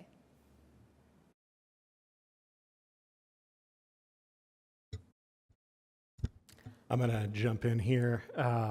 I definitely support having a hospital built on this site and am supportive of it being rezoned to D1. One recommendation that I I would love to see as this moves forward, I would highly recommend that you come and take advantage of a work session prior to any design review or conditional use review. One issue I do have is that I would only be comfortable making this rezone if the uses that the applicant has asked to be permitted uses were instead conditional uses. And that's something that I would like to see in our motion to the City Council. I am not quite 100% committed to the concept of us recommending a development agreement, but I am leaning towards it because I feel like this is a very substantial redevelopment that I would really like to see it be a high quality environment that is as much as a hospital can be, that it can be focused out towards the community rather than be focused inward. And would really want to see that to be a walkable development that really encourages transit use instead of driving there.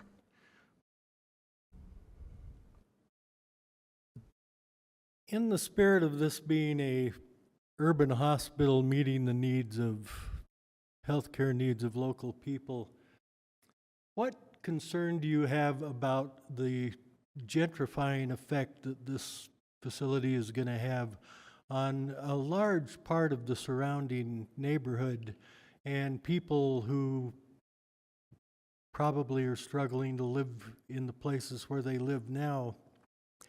And what services will be available to help those people access the healthcare system better? You okay if I take that? All right. So one of the, again, big reasons for us considering placing a healthcare facility downtown is that we see a significant portion of individuals from the downtown area that are treated in the LDS hospital emergency room, that are admitted on the inpatient area. And as we've already talked about the transportation issues, typically the way that our patients get to LDS hospital is through an EMS transport. And that is not necessarily the best thing for many of our patients. So as we think through the very large patient population that we serve and the demographic that we serve, this is meant to provide better access, better equity, and better means for individuals to access health care that they may have historically said, you know what, I'm going to not choose to access health care. So it is meant to be an open invitation for individuals who have a need for health care to see a urban hospital and access that urban hospital. Did that answer the question? Everything except for the gentrification part. Thinking through how I appropriately answer that question, you know, what I understand the concern. I would also let you know that, you know, something that is really important to us as hospital caregivers is making sure that people that you know that make entry-level wages, because we have a significant number of those, all the way through people who provide direct health care that are physicians, have the ability to live and work in that area. I would state that we probably haven't yet thought through every element of what that becomes, but we absolutely have been considering how we make sure that we are great neighbors and how we provide accessible and appropriate housing for individuals who want to be near an urban hospital. Can I just ask, how often, and this is related, I think, a little bit to the conditional use suggestion, how often do you anticipate hearing helicopters? Is this once a week? Is it 5 times a day? Is it every hour? That is a great question. And, you know, had we been trying to look to build a Trauma One Center, which is what the University of Utah and Intermountain Medical Center was, that would be something we would be discussing pretty significantly. The urban hospital that we are looking to build is not a Trauma One Center. And so we will absolutely have the need for Life Flight to either bring patients to our facility or send them to a different higher level of care because they need that trauma. But to directly answer your question, I would say, again, using just LDS Hospital as a reference, it's a 1 to 2 time per week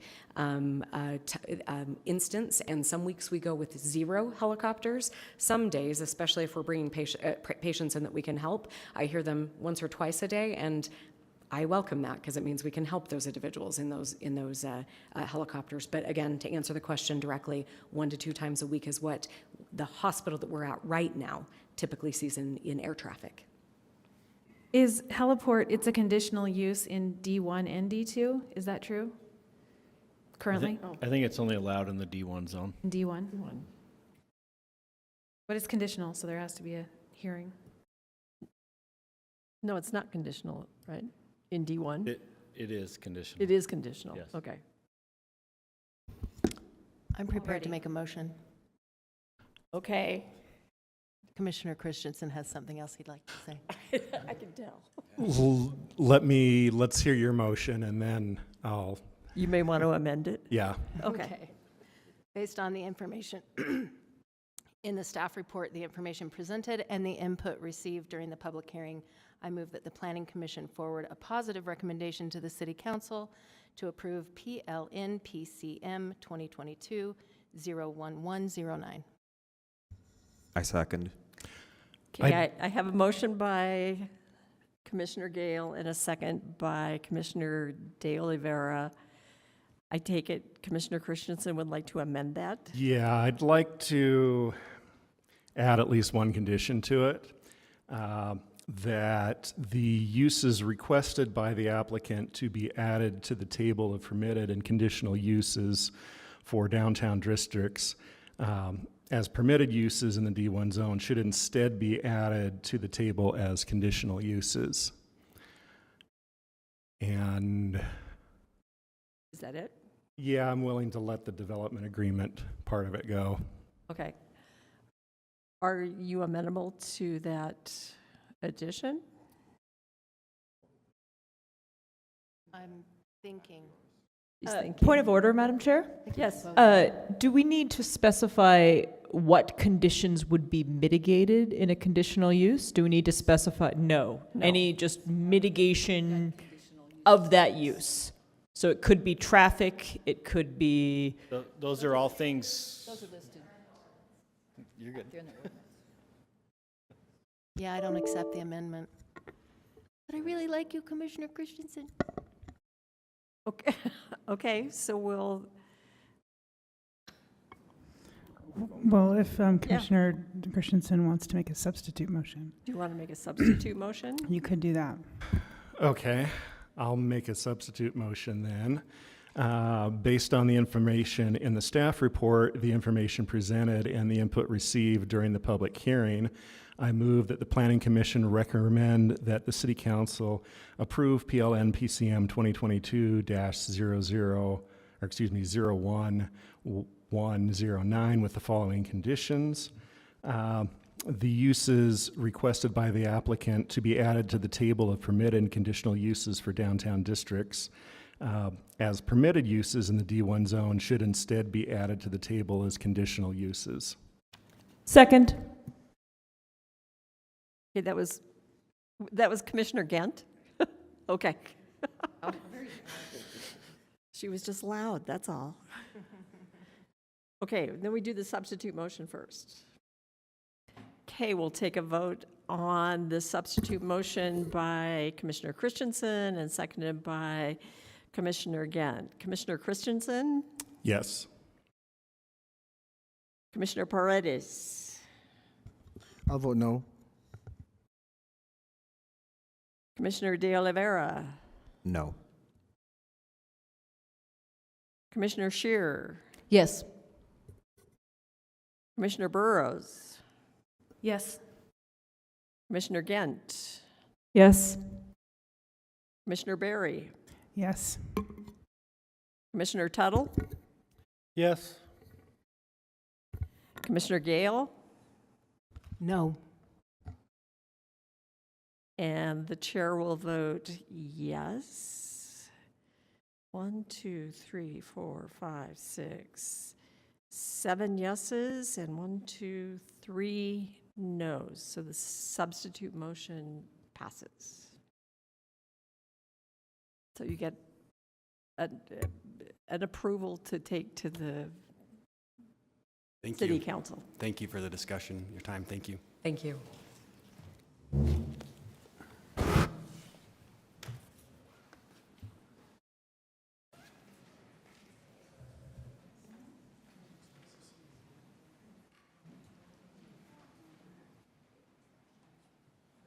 All right, there's one more item on the agenda as a briefing.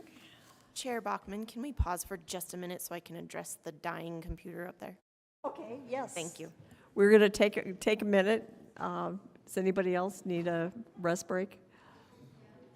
Okay, Amy, go. Okay, you can have 5 minutes.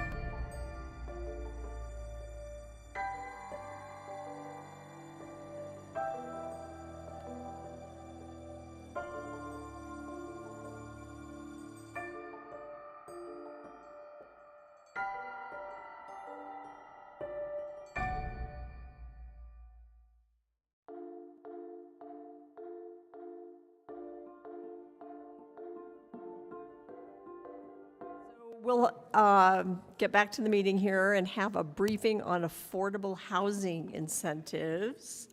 Case number PLN PCM 2019-00658. Sarah. Thank you, Chair.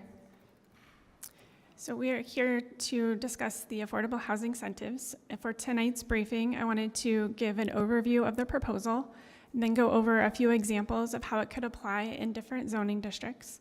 Then I wanted to talk about the efforts since May of 2022 when we had a public hearing on this item. Wanted to go over the development scenarios that we worked on with members of the development community. Also, the Office of the Mayor convened a focus group, and so I wanted to talk about the focus group and its recommendations. And then also wanted to start responding to the questions that the Planning Commission had at the public hearing in May 2022. And I don't expect to go through all of those questions this evening, but we do have a work session scheduled for next Wednesday. So we'll continue the responses at that meeting and then also discuss some additional modifications that have been made to the proposal since last year. So first I wanted to talk about the goals of the affordable housing incentives. So they are to implement Growing SLC, which is the city's current housing plan, and also Plan Salt Lake, the citywide master plan. The idea behind them is to make taxpayer dollars go further by allowing for more development right for properties. There are a few different ways that this can work. In projects that already have affordable units proposed, they may increase the number of affordable units, or it may enable the developer to provide units that are affordable to those with lower AMIs. And that may also enable market rate development to provide affordable units. And on smaller properties or in other areas, it may provide options for property owners to provide new affordable housing units. So I wanted to talk about what affordable is. We're looking at the 2022 income guidelines by the Department of Housing and Urban Development for the Salt Lake City metro area. And so this includes Salt Lake County and Tooele County. They have different groupings. The first, for extremely low income affordable units, accommodates those earning up to 30% AMI. And then very low income units accommodate those earning between 30 and 50% AMI. And then low income units accommodate those earning between 50 and 80% AMI. And housing is considered affordable if rent and utilities are 30% or less of monthly income. And for reference, the area median income is $102,000 for the Salt Lake City metro area.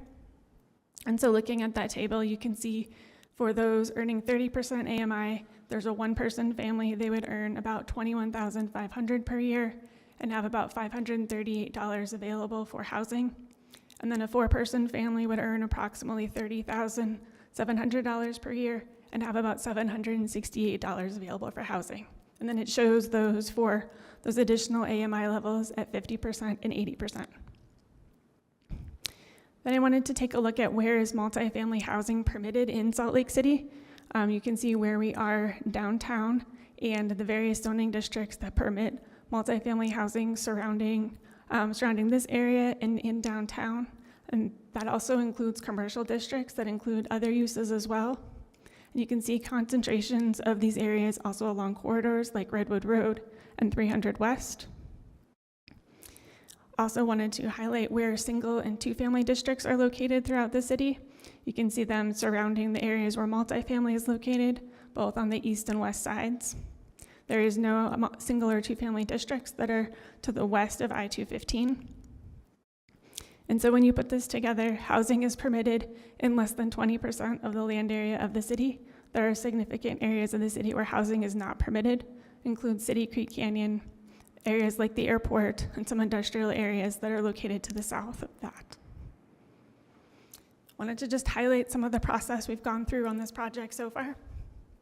It began with a survey in late 2019, early 2020. There was an additional survey and a draft in 2021. There was a public draft to the community in January of last year. We held outreach meetings with the community throughout the spring of 2022. And there was a planning commission hearing in May of 2022. And then throughout the summer and fall of this year, we did additional research and worked with developers on putting together some pro formas and scenarios for the property. Then in the fall and winter of this year, held some focus group meetings, and completed additional modifications to the proposal. And then in winter of this year, we refined those recommendations and proposals. So moving on to the proposal itself, it is an incentive-based proposal, and there are several different ways that this can apply. One is that additional height could be permitted. There could be additional building types. There could be process modifications or waivers, or modification of specific development standards. And again, it's an incentive-based proposal rather than an inclusionary proposal where the units would be required. There would also be an income restriction required for the incentives, and that would need to be an agreement with the property. I wanted to go ahead and go through a few different examples of how the incentives could apply in the community. The first example I wanted to talk about was Quattro, which is located on the northeast corner of 4th South and 4th East. It's in a TSA UNC zoning district that allows a maximum height of 75 feet. This particular property is about 25,000 square feet, or a little over half an acre, and it has 95 units and 97 parking spaces. And in the TSA zoning districts, projects that have a development score that qualify for administrative review are eligible for an increase in height. And this particular building had an administrative development review score and has an extra height, so it has a total height of 83 feet, 8 inches. Wanted to mention that the surrounding properties are either the same zoning district or the TSA UCC zoning district, which has a maximum height of 90 feet. And so if the affordable housing incentives are put in place, an additional 2 stories could be added. However, this would require affordable units for those extra stories. And with the modifications to the incentives, there are some additional options for affordable units, and I'll talk about those as I go through the description of the proposal and respond to the Commission's questions. The second example that I wanted to talk about is the Glad House project on 17th South and 10th West. And this project is in the RMF 35 zoning district. And so RMF 35 has a maximum height of 35 feet. This property is relatively similar in size to the previous one that I was discussing. It's about 27,000 square feet. And there are qualifying provisions in the RMF zoning districts that require a certain square footage per unit. So for this particular site, there's enough of square footage to allow for 13 units. With this project, 10 were built, and there were a total of 24 parking spaces, and 20 were required. And so with the proposal, it could potentially affect this property by removing the density requirement. So this could allow for additional units. It would lower the parking requirement to 1 space per unit, and it could also allow for buildings without street frontage without a planned development. It would not allow for additional height, and it would not allow for additional building coverage, and for a project to use kind of those aspects of the incentives, it would need to meet the affordability requirements. And the affordability requirements for the RMF zones are different than those for the multifamily and mixed-use zoning districts, and they do require a higher percentage of units for the most part. The third and last example I wanted to go over relates to 2 duplexes that are on 27th South. They are in the R1 7000 zoning district, and this property is about 29,000 square feet, so just over 2/3 of an acre. The R1 7000 zoning district permits single-family homes, and prior to 1995 was the R2 zoning district, which does permit duplexes. So right now, under the current zoning, two single-family dwellings would be permitted on this site. The proposal would allow for additional housing types, would allow for duplexes, triplexes, fourplexes, 3 to 4 unit townhouses, and cottage developments, and these would need to meet the affordability requirements in the proposal. So some of the things that we have done since this proposal came to the Planning Commission was put together development scenarios and pro formas. We did this for multifamily and mixed-use properties and looked at concrete and steel construction and also wood frame construction. Looked at affordable developments, including a permanent supportive housing development and LIHTC projects. Those are low-income housing tax credit projects. and then also looked at the single and two-family zoning districts, and specifically looked at duplex, fourplex, and townhouses. As I mentioned before, the Office of the Mayor convened a focus group.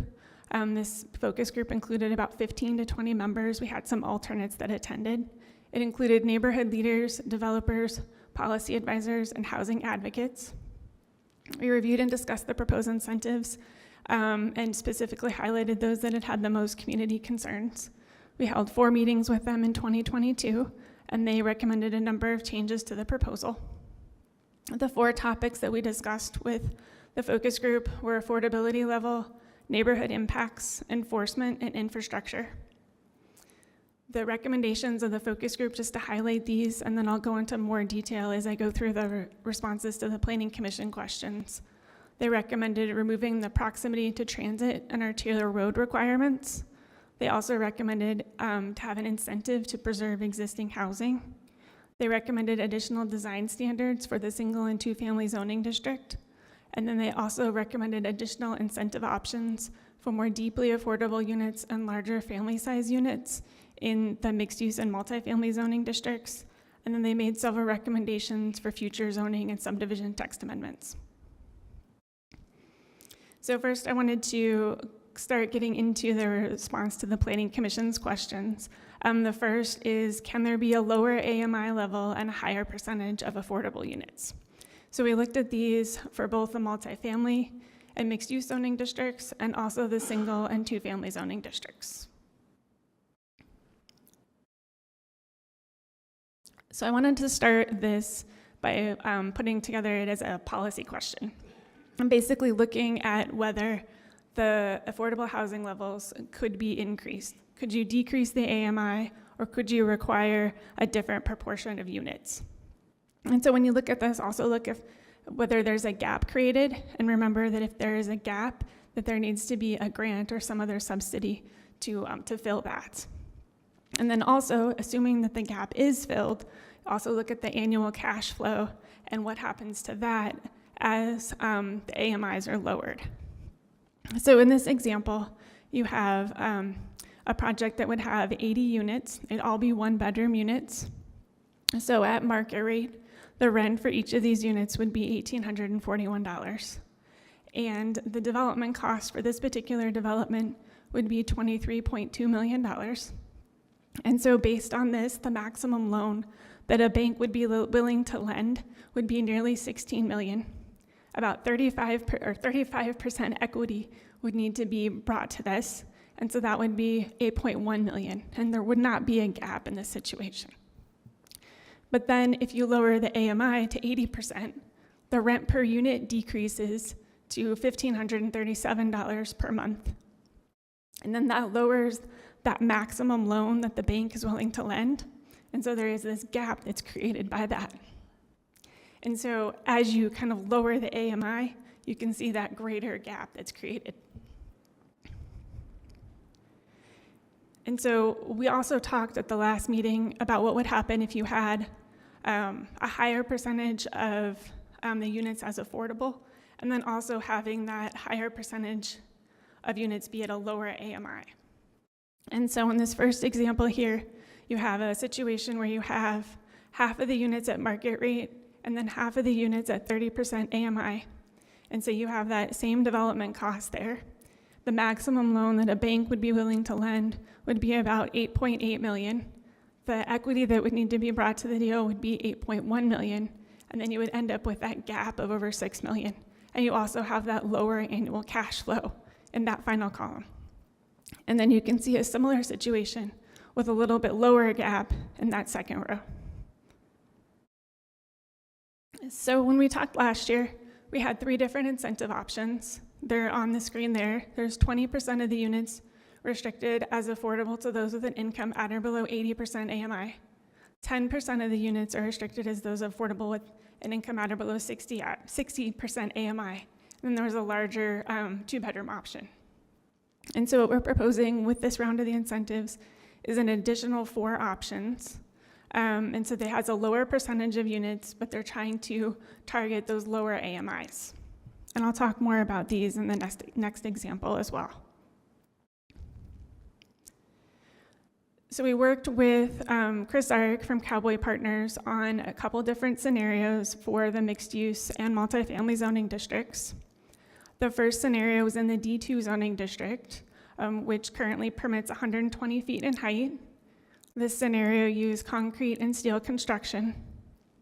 And for this particular site, it was about an acre, just under an acre. And the base scenario for this was 2 floors of parking that were wrapped with commercial on the first floor. And then above this was 7 floors of residential units. And then in the pro forma, he added 1, 2, or 3 more additional floors. And then with that third floor, the parking ratio was low enough that if they were to develop this project, they would add additional parking with that third floor. And with all of these scenarios, there was a sufficient return for development. Generally, the return increased with multiple floors, except when there was more parking that was added with the third floor.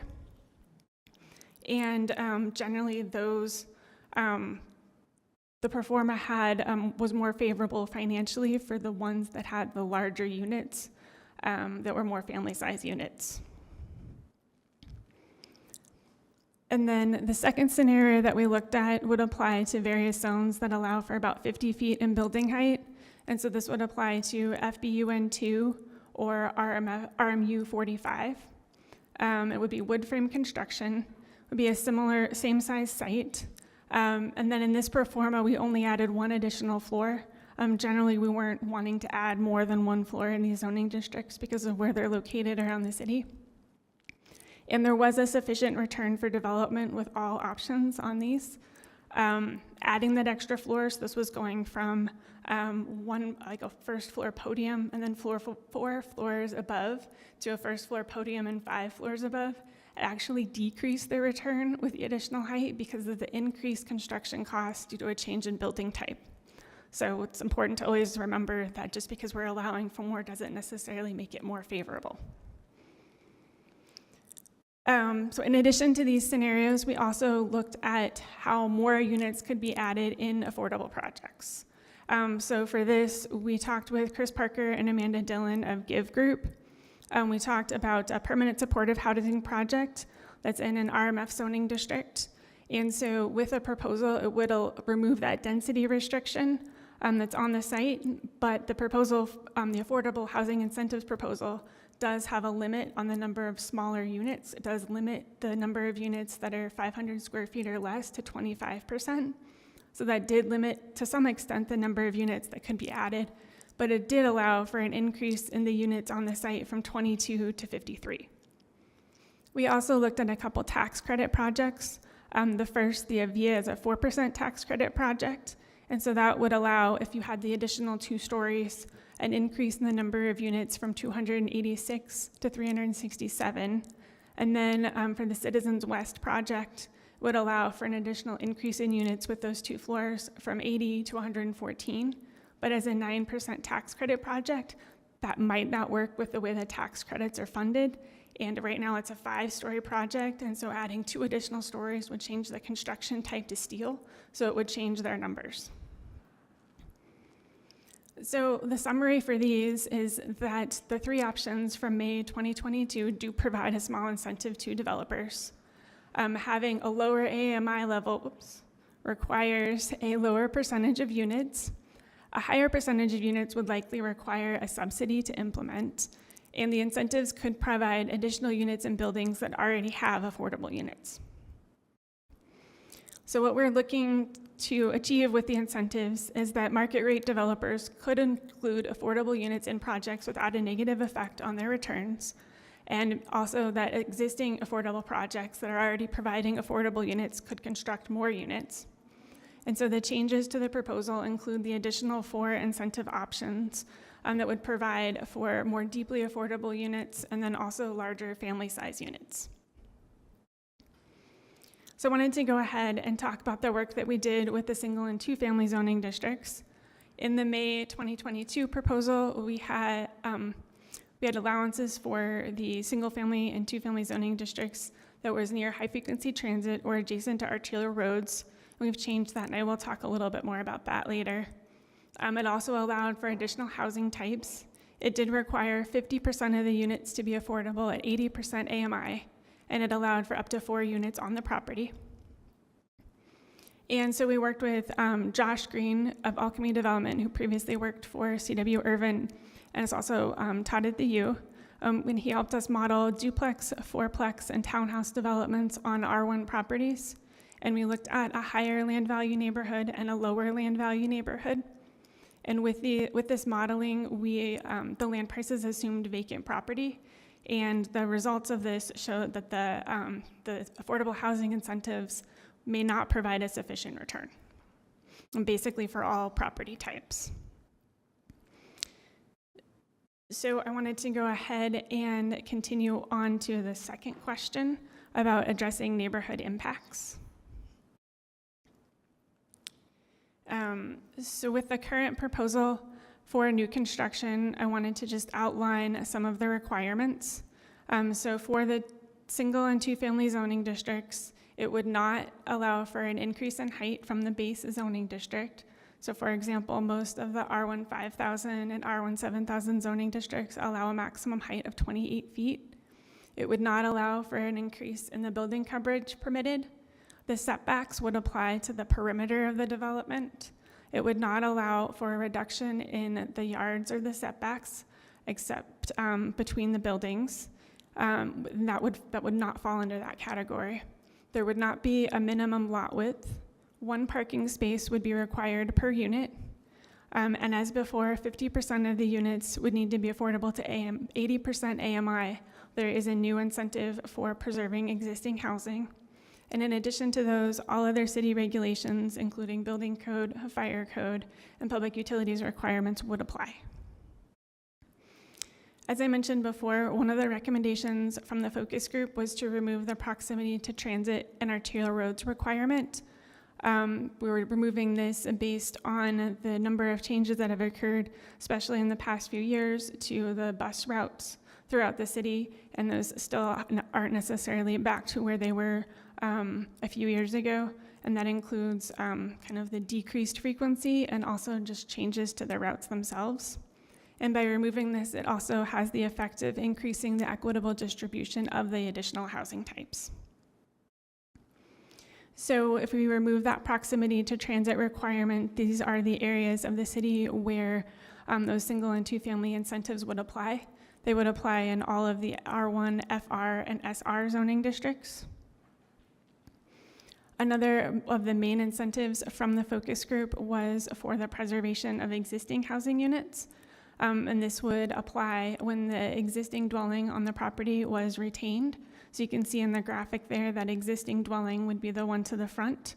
And it would allow for a second detached dwelling on the property. That would be the dwelling unit to the rear. And they also recommended lowering the affordability requirement from 50% to one of the units on the property.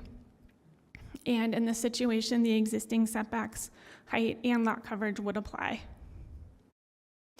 So I just wanted to go over how those setbacks would apply. So this shows how they would apply to the perimeter of the property. You would have the 20-foot front yard setback, the 25-foot rear yard setback, and then the side yard setbacks as well. This particular graphic shows a detached garage based on some of the lot coverage requirements that wouldn't necessarily be something that would fit if you had that second detached dwelling.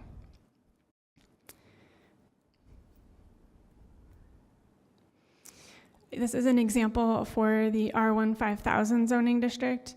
The center image there shows the existing dwelling, and then to the rear would be the second dwelling. In this particular example, the lot is about 4,800 square feet. It's important to note that just because it's the R1 5000 zoning district, that doesn't mean that all lots are 5,000 square feet. Some of them are much larger and some of them are much smaller. In this case, based on the setbacks, that second dwelling unit would be limited to a 600 square foot footprint. And then this graphic also shows how that could be accommodated without that and having that garage, and then also an ADU that could be accommodated on the property. One more example for the R1 12,000 zoning district. This shows an existing dwelling, a second detached dwelling to the rear, And then in this particular example, it shows a basement ADU that's added to that existing dwelling, and an ADU would count as a unit on the property, and this with the incentives. The focus group also recommended an increase in the design standards from what was previously proposed. The existing requirements from the May 2022 proposal required a building entrance on each street-facing facade, 15% glass on each floor. I also wanted to note that the row house garage doors couldn't face the street. Some of the additional requirements include durable building materials. We'd use that elsewhere in the code. In this case, it would be 50% of each street-facing facade would need to have durable building materials. And that could include the fiber cement siding in the graphic, or it could also include brick, stone, or other materials. There's a clarification regarding the location of the building entrance, and then there are additional open space requirements. And then I wanted to go ahead and probably stop here for the response to the Planning Commission questions this evening, and then go ahead and go through the rest at the next Planning Commission work session next week. Adam, go ahead. Thank you. Questions? Yeah, this is, I think you did great analysis. I appreciate the financial feasibility on the multifamily and you working with some of our home builders to try to understand what was feasible. That looks much better. I'm still concerned that in the R1 districts, we're not really going to see a supply response. And so I guess I'm kind of curious, like, when I look at Plan Salt Lake, I don't really see how having this much of our land zoned R1 is consistent with the goals we state. So I guess, like, why not just remove, like, if you think of, inclusionary zoning is basically a tax on housing supply, right? But so if we allowed R4 in our R1 districts without the tax, would we not see a better supply response than if we allow R4 with the tax? So why not as part of our housing affordability change, just move it from R1 to R4 without all these? I appreciate all the work that's gone into this, and I realize we've heard a lot from the public, but maybe we could revisit what function so much of our land being R1 is in consistency with Plan Salt Lake.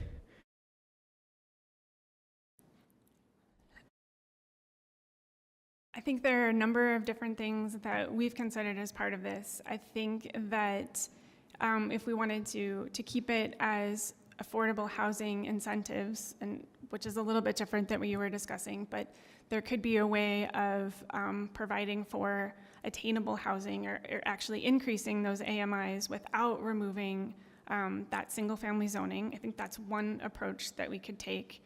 I did provide some examples of other communities that have changed their zoning so that they do allow those without regards to the income. And I think that they've seen some development. None of them saw, especially large amounts of development with those, but I think that that's a kind of a broader question and different than the task that we had with these incentives. And so I don't know if, Nick, you have anything additional to add to that. Yeah, I think the reality of that is that there just isn't political support. But if you don't get a lot of, in other places, if you don't get a lot of building, which is what we want, more building, even if you allow the units not to be affordable and you increase the allowed number of units, how can you expect to get more building if you restrict it to affordable? You see what I'm saying? I mean, it just doesn't make any sense. If it's not going to happen, it doesn't matter whether it's affordable or not.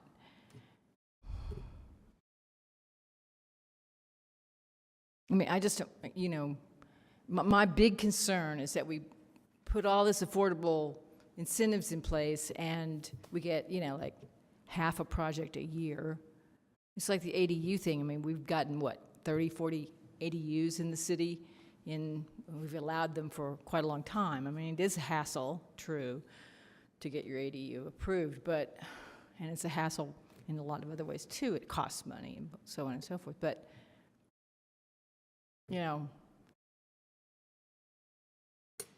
I just don't know you've done a fabulous job, and I really, really appreciate actually the fact that you've gone back and looked at these with the folks who would actually end up having to build them.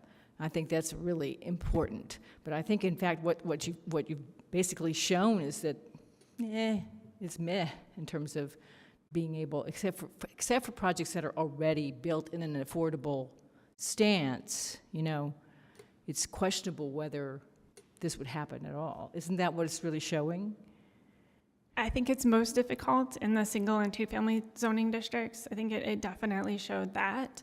I think that in the mixed-use and multifamily or the RMF zoning districts, I think there is more potential for those.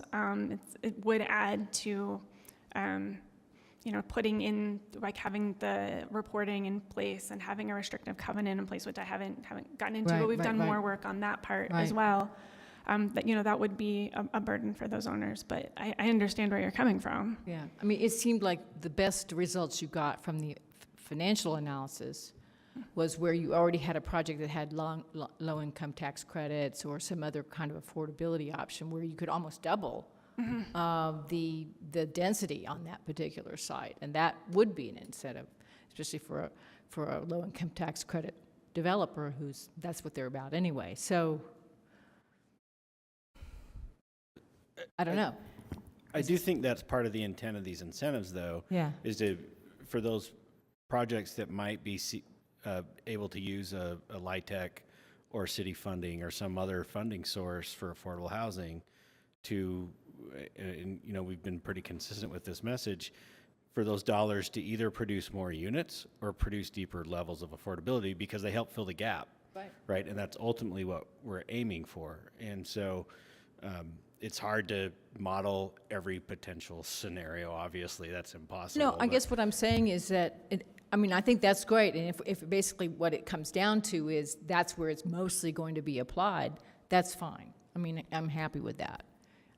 I just don't want us to expect that a market rate developer is going to go in there and add another story when it's like meh in terms of his additional return, especially if he has to negotiate an agreement with the city around and hold this and that, and when he rents it, he has to collect all kinds of income data and yada yada yada. I mean, they're just going to go nah, not doing that.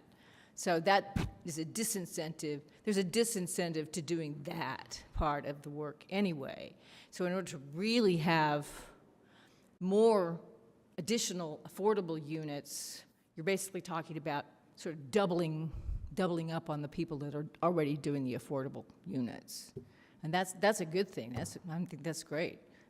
If that's what we're finding out, that's a great thing to find out. Yeah, I think, to me, I was looking at that and it read like, okay, we've got to fill this gap.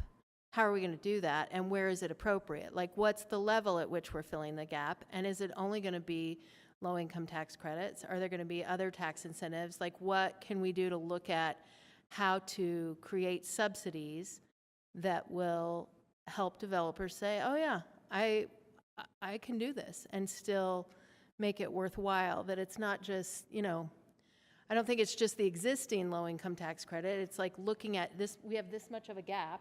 How are we going to fill it? I think that's part of the question to me is how do we figure that out? I think what we were trying to do was to see if zoning incentives on their own would do something.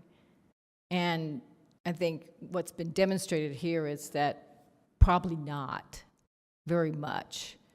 It will help the ones that are already doing low-income tax credits or other incentivized housing, but it's not going to move your regular old person building apartment projects very much. Yeah, that's super helpful for me to know that context. Thanks. So we do have this Affordable Housing Trust Fund, and I see the gaps, and I'm wondering if we couldn't guarantee financing for maybe some of our most needed affordable, like we're going to step in and pay some of the gap. And I realize it's a bigger commitment, but whether we could just start small and make a commitment of $5 million a year in real money along with these affordable housing incentives on the zoning front, real money, yeah, real money, I mean, that's what I'd like to see the city do, is put a real commitment, like, we do need money. Zoning helps, but I think I'd love to see some discussion of that. Other small thing, because I won't be here next week, that seems a little more solvable. Can we not waive the minimum size requirement if it's a deeply affordable unit? That seems like something we can change. Like, we can put something in the text, because I guess Give Group said that, you know, if I make supportive housing, these are really small units. Surely we can put something in the text that exempts deeply affordable. I hope. That seems like a solvable one, unlike the rest of it. I'm not sure if I missed something, but did anywhere talk about equitable, like as far as relocating all of this low-income development throughout the city? Because I noticed some of the stuff you mentioned there, for example, Glad House, that's 0.4 miles away from my house. I just checked on Google Maps, and I can list one development after another, after another, after another that's right there. And I am not in support of anything that's just going to group the poorest people in Salt Lake City. Let's put them just west of State Street, and I keep saying this, sounding like a broken record. I don't see how the city is going to address that. And I know there are people like Commissioner Gant and Commissioner Scher with a lot more experience than I do. Is that something that can be addressed? Or no, that's it. You just take all the poor people, relocate them to the cheapest land in the city, and wipe your heads clean and say, hey, we've done our parts. You know, I think this is a fundamental tension with housing affordability, is that cheaper land is where it's cheaper to build, you know, cheaper units. And so I think there's, you know, the LIHTC program struggles with this too, and they've tried, and they also know that it's not great. And HUD has these small areas, so it's the area income. So I guess the way HUD is addressing it is with small area income. So instead of benchmarking it to area median income, which is the whole metro area, you benchmark it to, you know, the benches or Yale Crest's AMI. So then the AMI you have to hit is, it's higher for you to qualify as affordable because it's relative to that small area. The problem is that Yale Crest doesn't have anywhere to build housing, period. And so it's not really going to, you know, we can benchmark it to Yale Crest, but everything in that neighborhood is R1 5000, R1 7000. So we could do that. I think it's a lot of work for the planners, and it's not going to result in anything. Yeah, sorry, that's a long answer, but. No, I totally hear and understand the answer. It's just because of the article in Salt Lake Tribune most recently, right? We're getting the Glendale Park, it's great, it's gonna help the community, but let's make sure it doesn't help the community too much, because you could gentrify the community. And I'm like, but has anyone consulted the West Side neighborhoods that are begging for a little bit of gentrification? Like, if you take a picture across the street from the Glad House, if anyone can guess what's there? A bunch of people living under tents across the street from Glad House. If anyone wants to drive there behind Marine Products today after the meeting, go take a look. Doesn't matter how many times we complain to the city, nothing can be done. So I see there is a disconnect on the things we're discussing, things we want to do, and then how we're going to solve the problem. Are we really going to solve the problem? I want to make sure this is not just another like, hey, we tried, here we go, here's the paperwork, we've done our homework. We did a focus group. I hear so many focus groups being done, and the city is still not getting what they want. The people living in the city are still not getting what they want. And if I sound a little frustrated, it's because I'm really frustrated. Thanks. So, Sarah, I wanted to also echo what a really good job you did on this report, especially in relationship to the questions that we posed last time. And your thoughtful review and the scenarios really brought in a lot of different ways and to think about it in facts that I hope not only the commission has benefited from, but the public will as well. But I have a few questions. We'll just go over what you've talked about just to clarify for me. So when you talk about removing density requirements, will you help me understand like what ultimately would be a limiting factor in that? So if we had that project that you mentioned built 10, they could have built 12. And if we remove the density requirements on that acreage, what would that still yield? Because there at some point has to be some limiting factor, and I'm just curious what it would be. So if the density requirements were removed, it would likely result in more and smaller units. Yeah, but I'm just trying to understand at what point does some standard kick in that, okay, well, you could build 12 if we remove the density, now you can have 100. Like what is the factor at play that would then ultimately put some limit on it? Right, and so that was the requirement where there were no more than 25% of the units could be less than 500 square feet. So that was the one limiting factor. And then you would still need to, you couldn't have more building coverage. You'd be limited to 60% building coverage. You'd need to provide the one parking space per unit. And so all of those things, when you try to configure That's your what I wanted site, is to going to better limit how many understand. units you would end up having there. Yeah, that's what I wanted to better understand. Because there's always some limiting factors. And I just wanted to kind of get a better picture of those together. So I also really appreciate this idea of being thoughtful of housing types in different zones. And I understand that's a lot of the comments that you're getting are, especially from SR zones, are about that. But I think that we are missing the mark in that. And one of the things from the focus groups, like some of those additional recommendations, I feel like the open space recommendation is, again, it's something that is probably burdensome and could be eliminated. I think, the building entrances, if we're looking at this being like a mother-in-law unit in the basement or an ADU type, it doesn't really matter.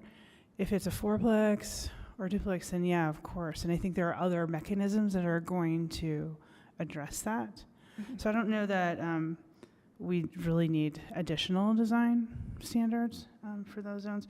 But one of the things I do echo is for there's two ways to look at equity, I think, that I'm hearing from the commission. And one is definitely this concentration of affordable units in certain parts of the city. But for me, I also think equity takes into this idea that we are really trying to target an equitable distribution in zoning types. So that includes the SR zones, right?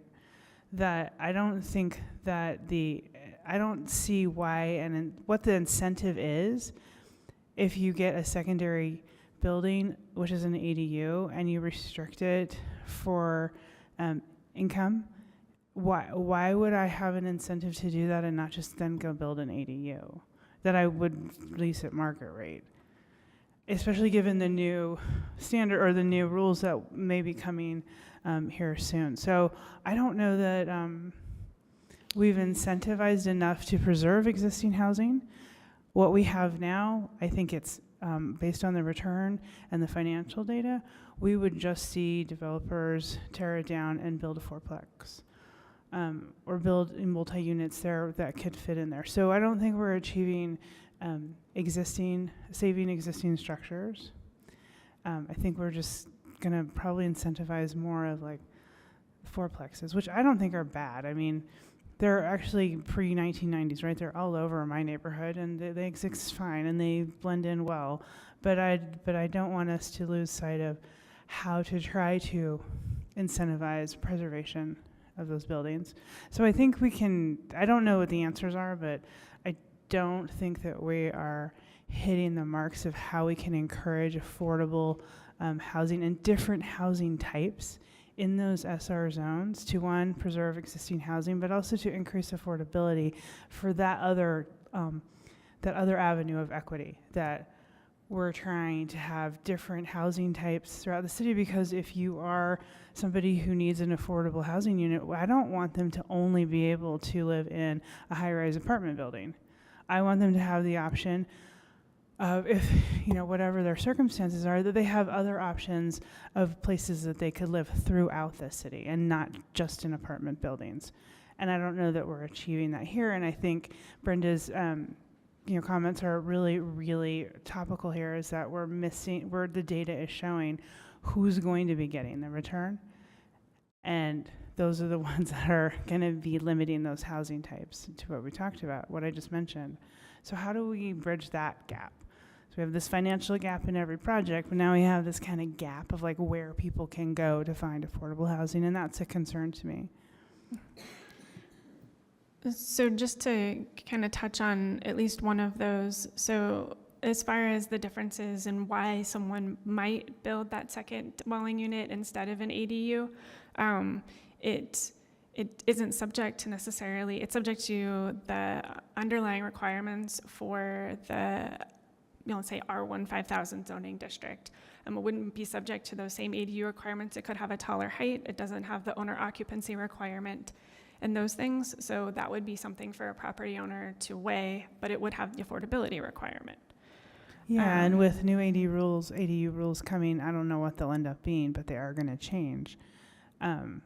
Is this enough of a difference? If I was going to look at my financial return, I would probably be able to make more money if I rented it at market rate versus restricting it, even if I got to go higher on a secondary unit and then restrict it as affordable if the ADU rules are going to change too. So I'm just not sure there's enough here to warrant why would anybody go that route?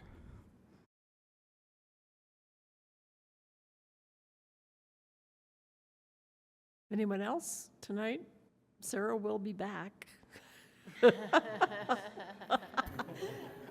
so sorry, Sarah. It's okay. Sarah, do we have any examples of where this approach has been successful in making a substantial difference in the availability of affordable housing in any city anywhere in the world? There aren't lots of examples of kind of this incentive-based approach. There's, I think the one that probably, at least as far as I have found, has the most units is the one in LA that's connected to transit. It's the transit-oriented communities. And I did mention that in the memo. I haven't found one that kind of looks at kind of the lower density neighborhoods the same way this does. I did highlight some examples in other communities where they changed their zoning regulations to allow for duplexes or for maybe even units or even dwellings with more units, but those generally didn't have an affordability requirement, and where they did, they have not seen a number of applications for the units that did have the affordability requirement. So one thing that we can look at too, and this relates to both the single family zones and the ADU topic that just got brought up, but one of the things that the city of Seattle just a few weeks ago published a whole report. A couple years ago, they modified their ADU regulations, and one of those regulations that they added was allowing for a second ADU if one of them is affordable. And I think that they saw a pretty significant increase in that. That's something that could be potentially feasible under this proposal, because you could, even though it doesn't say ADUs specifically, you could have up to 4 units, and you have a variety of ways to arrange those. One could be a basement unit, one could be detached in the back.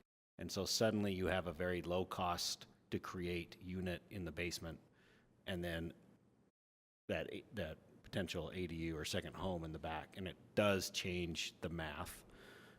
So we can look at those reports that they published to see if there's some indication on the affordability levels of those and how that worked. Did that report somehow extrapolate well, I guess I'm looking at a way to connect it to also preserving existing housing stock.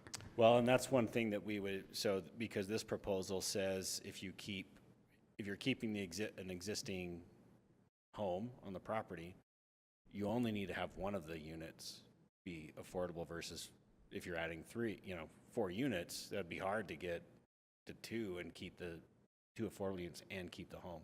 So this is intended to lower that to just having one of the units total. Doesn't have to be the home, wouldn't have to be the basement apartment, just one of those units would have to meet that affordability level, and the other 2 could be full market rate.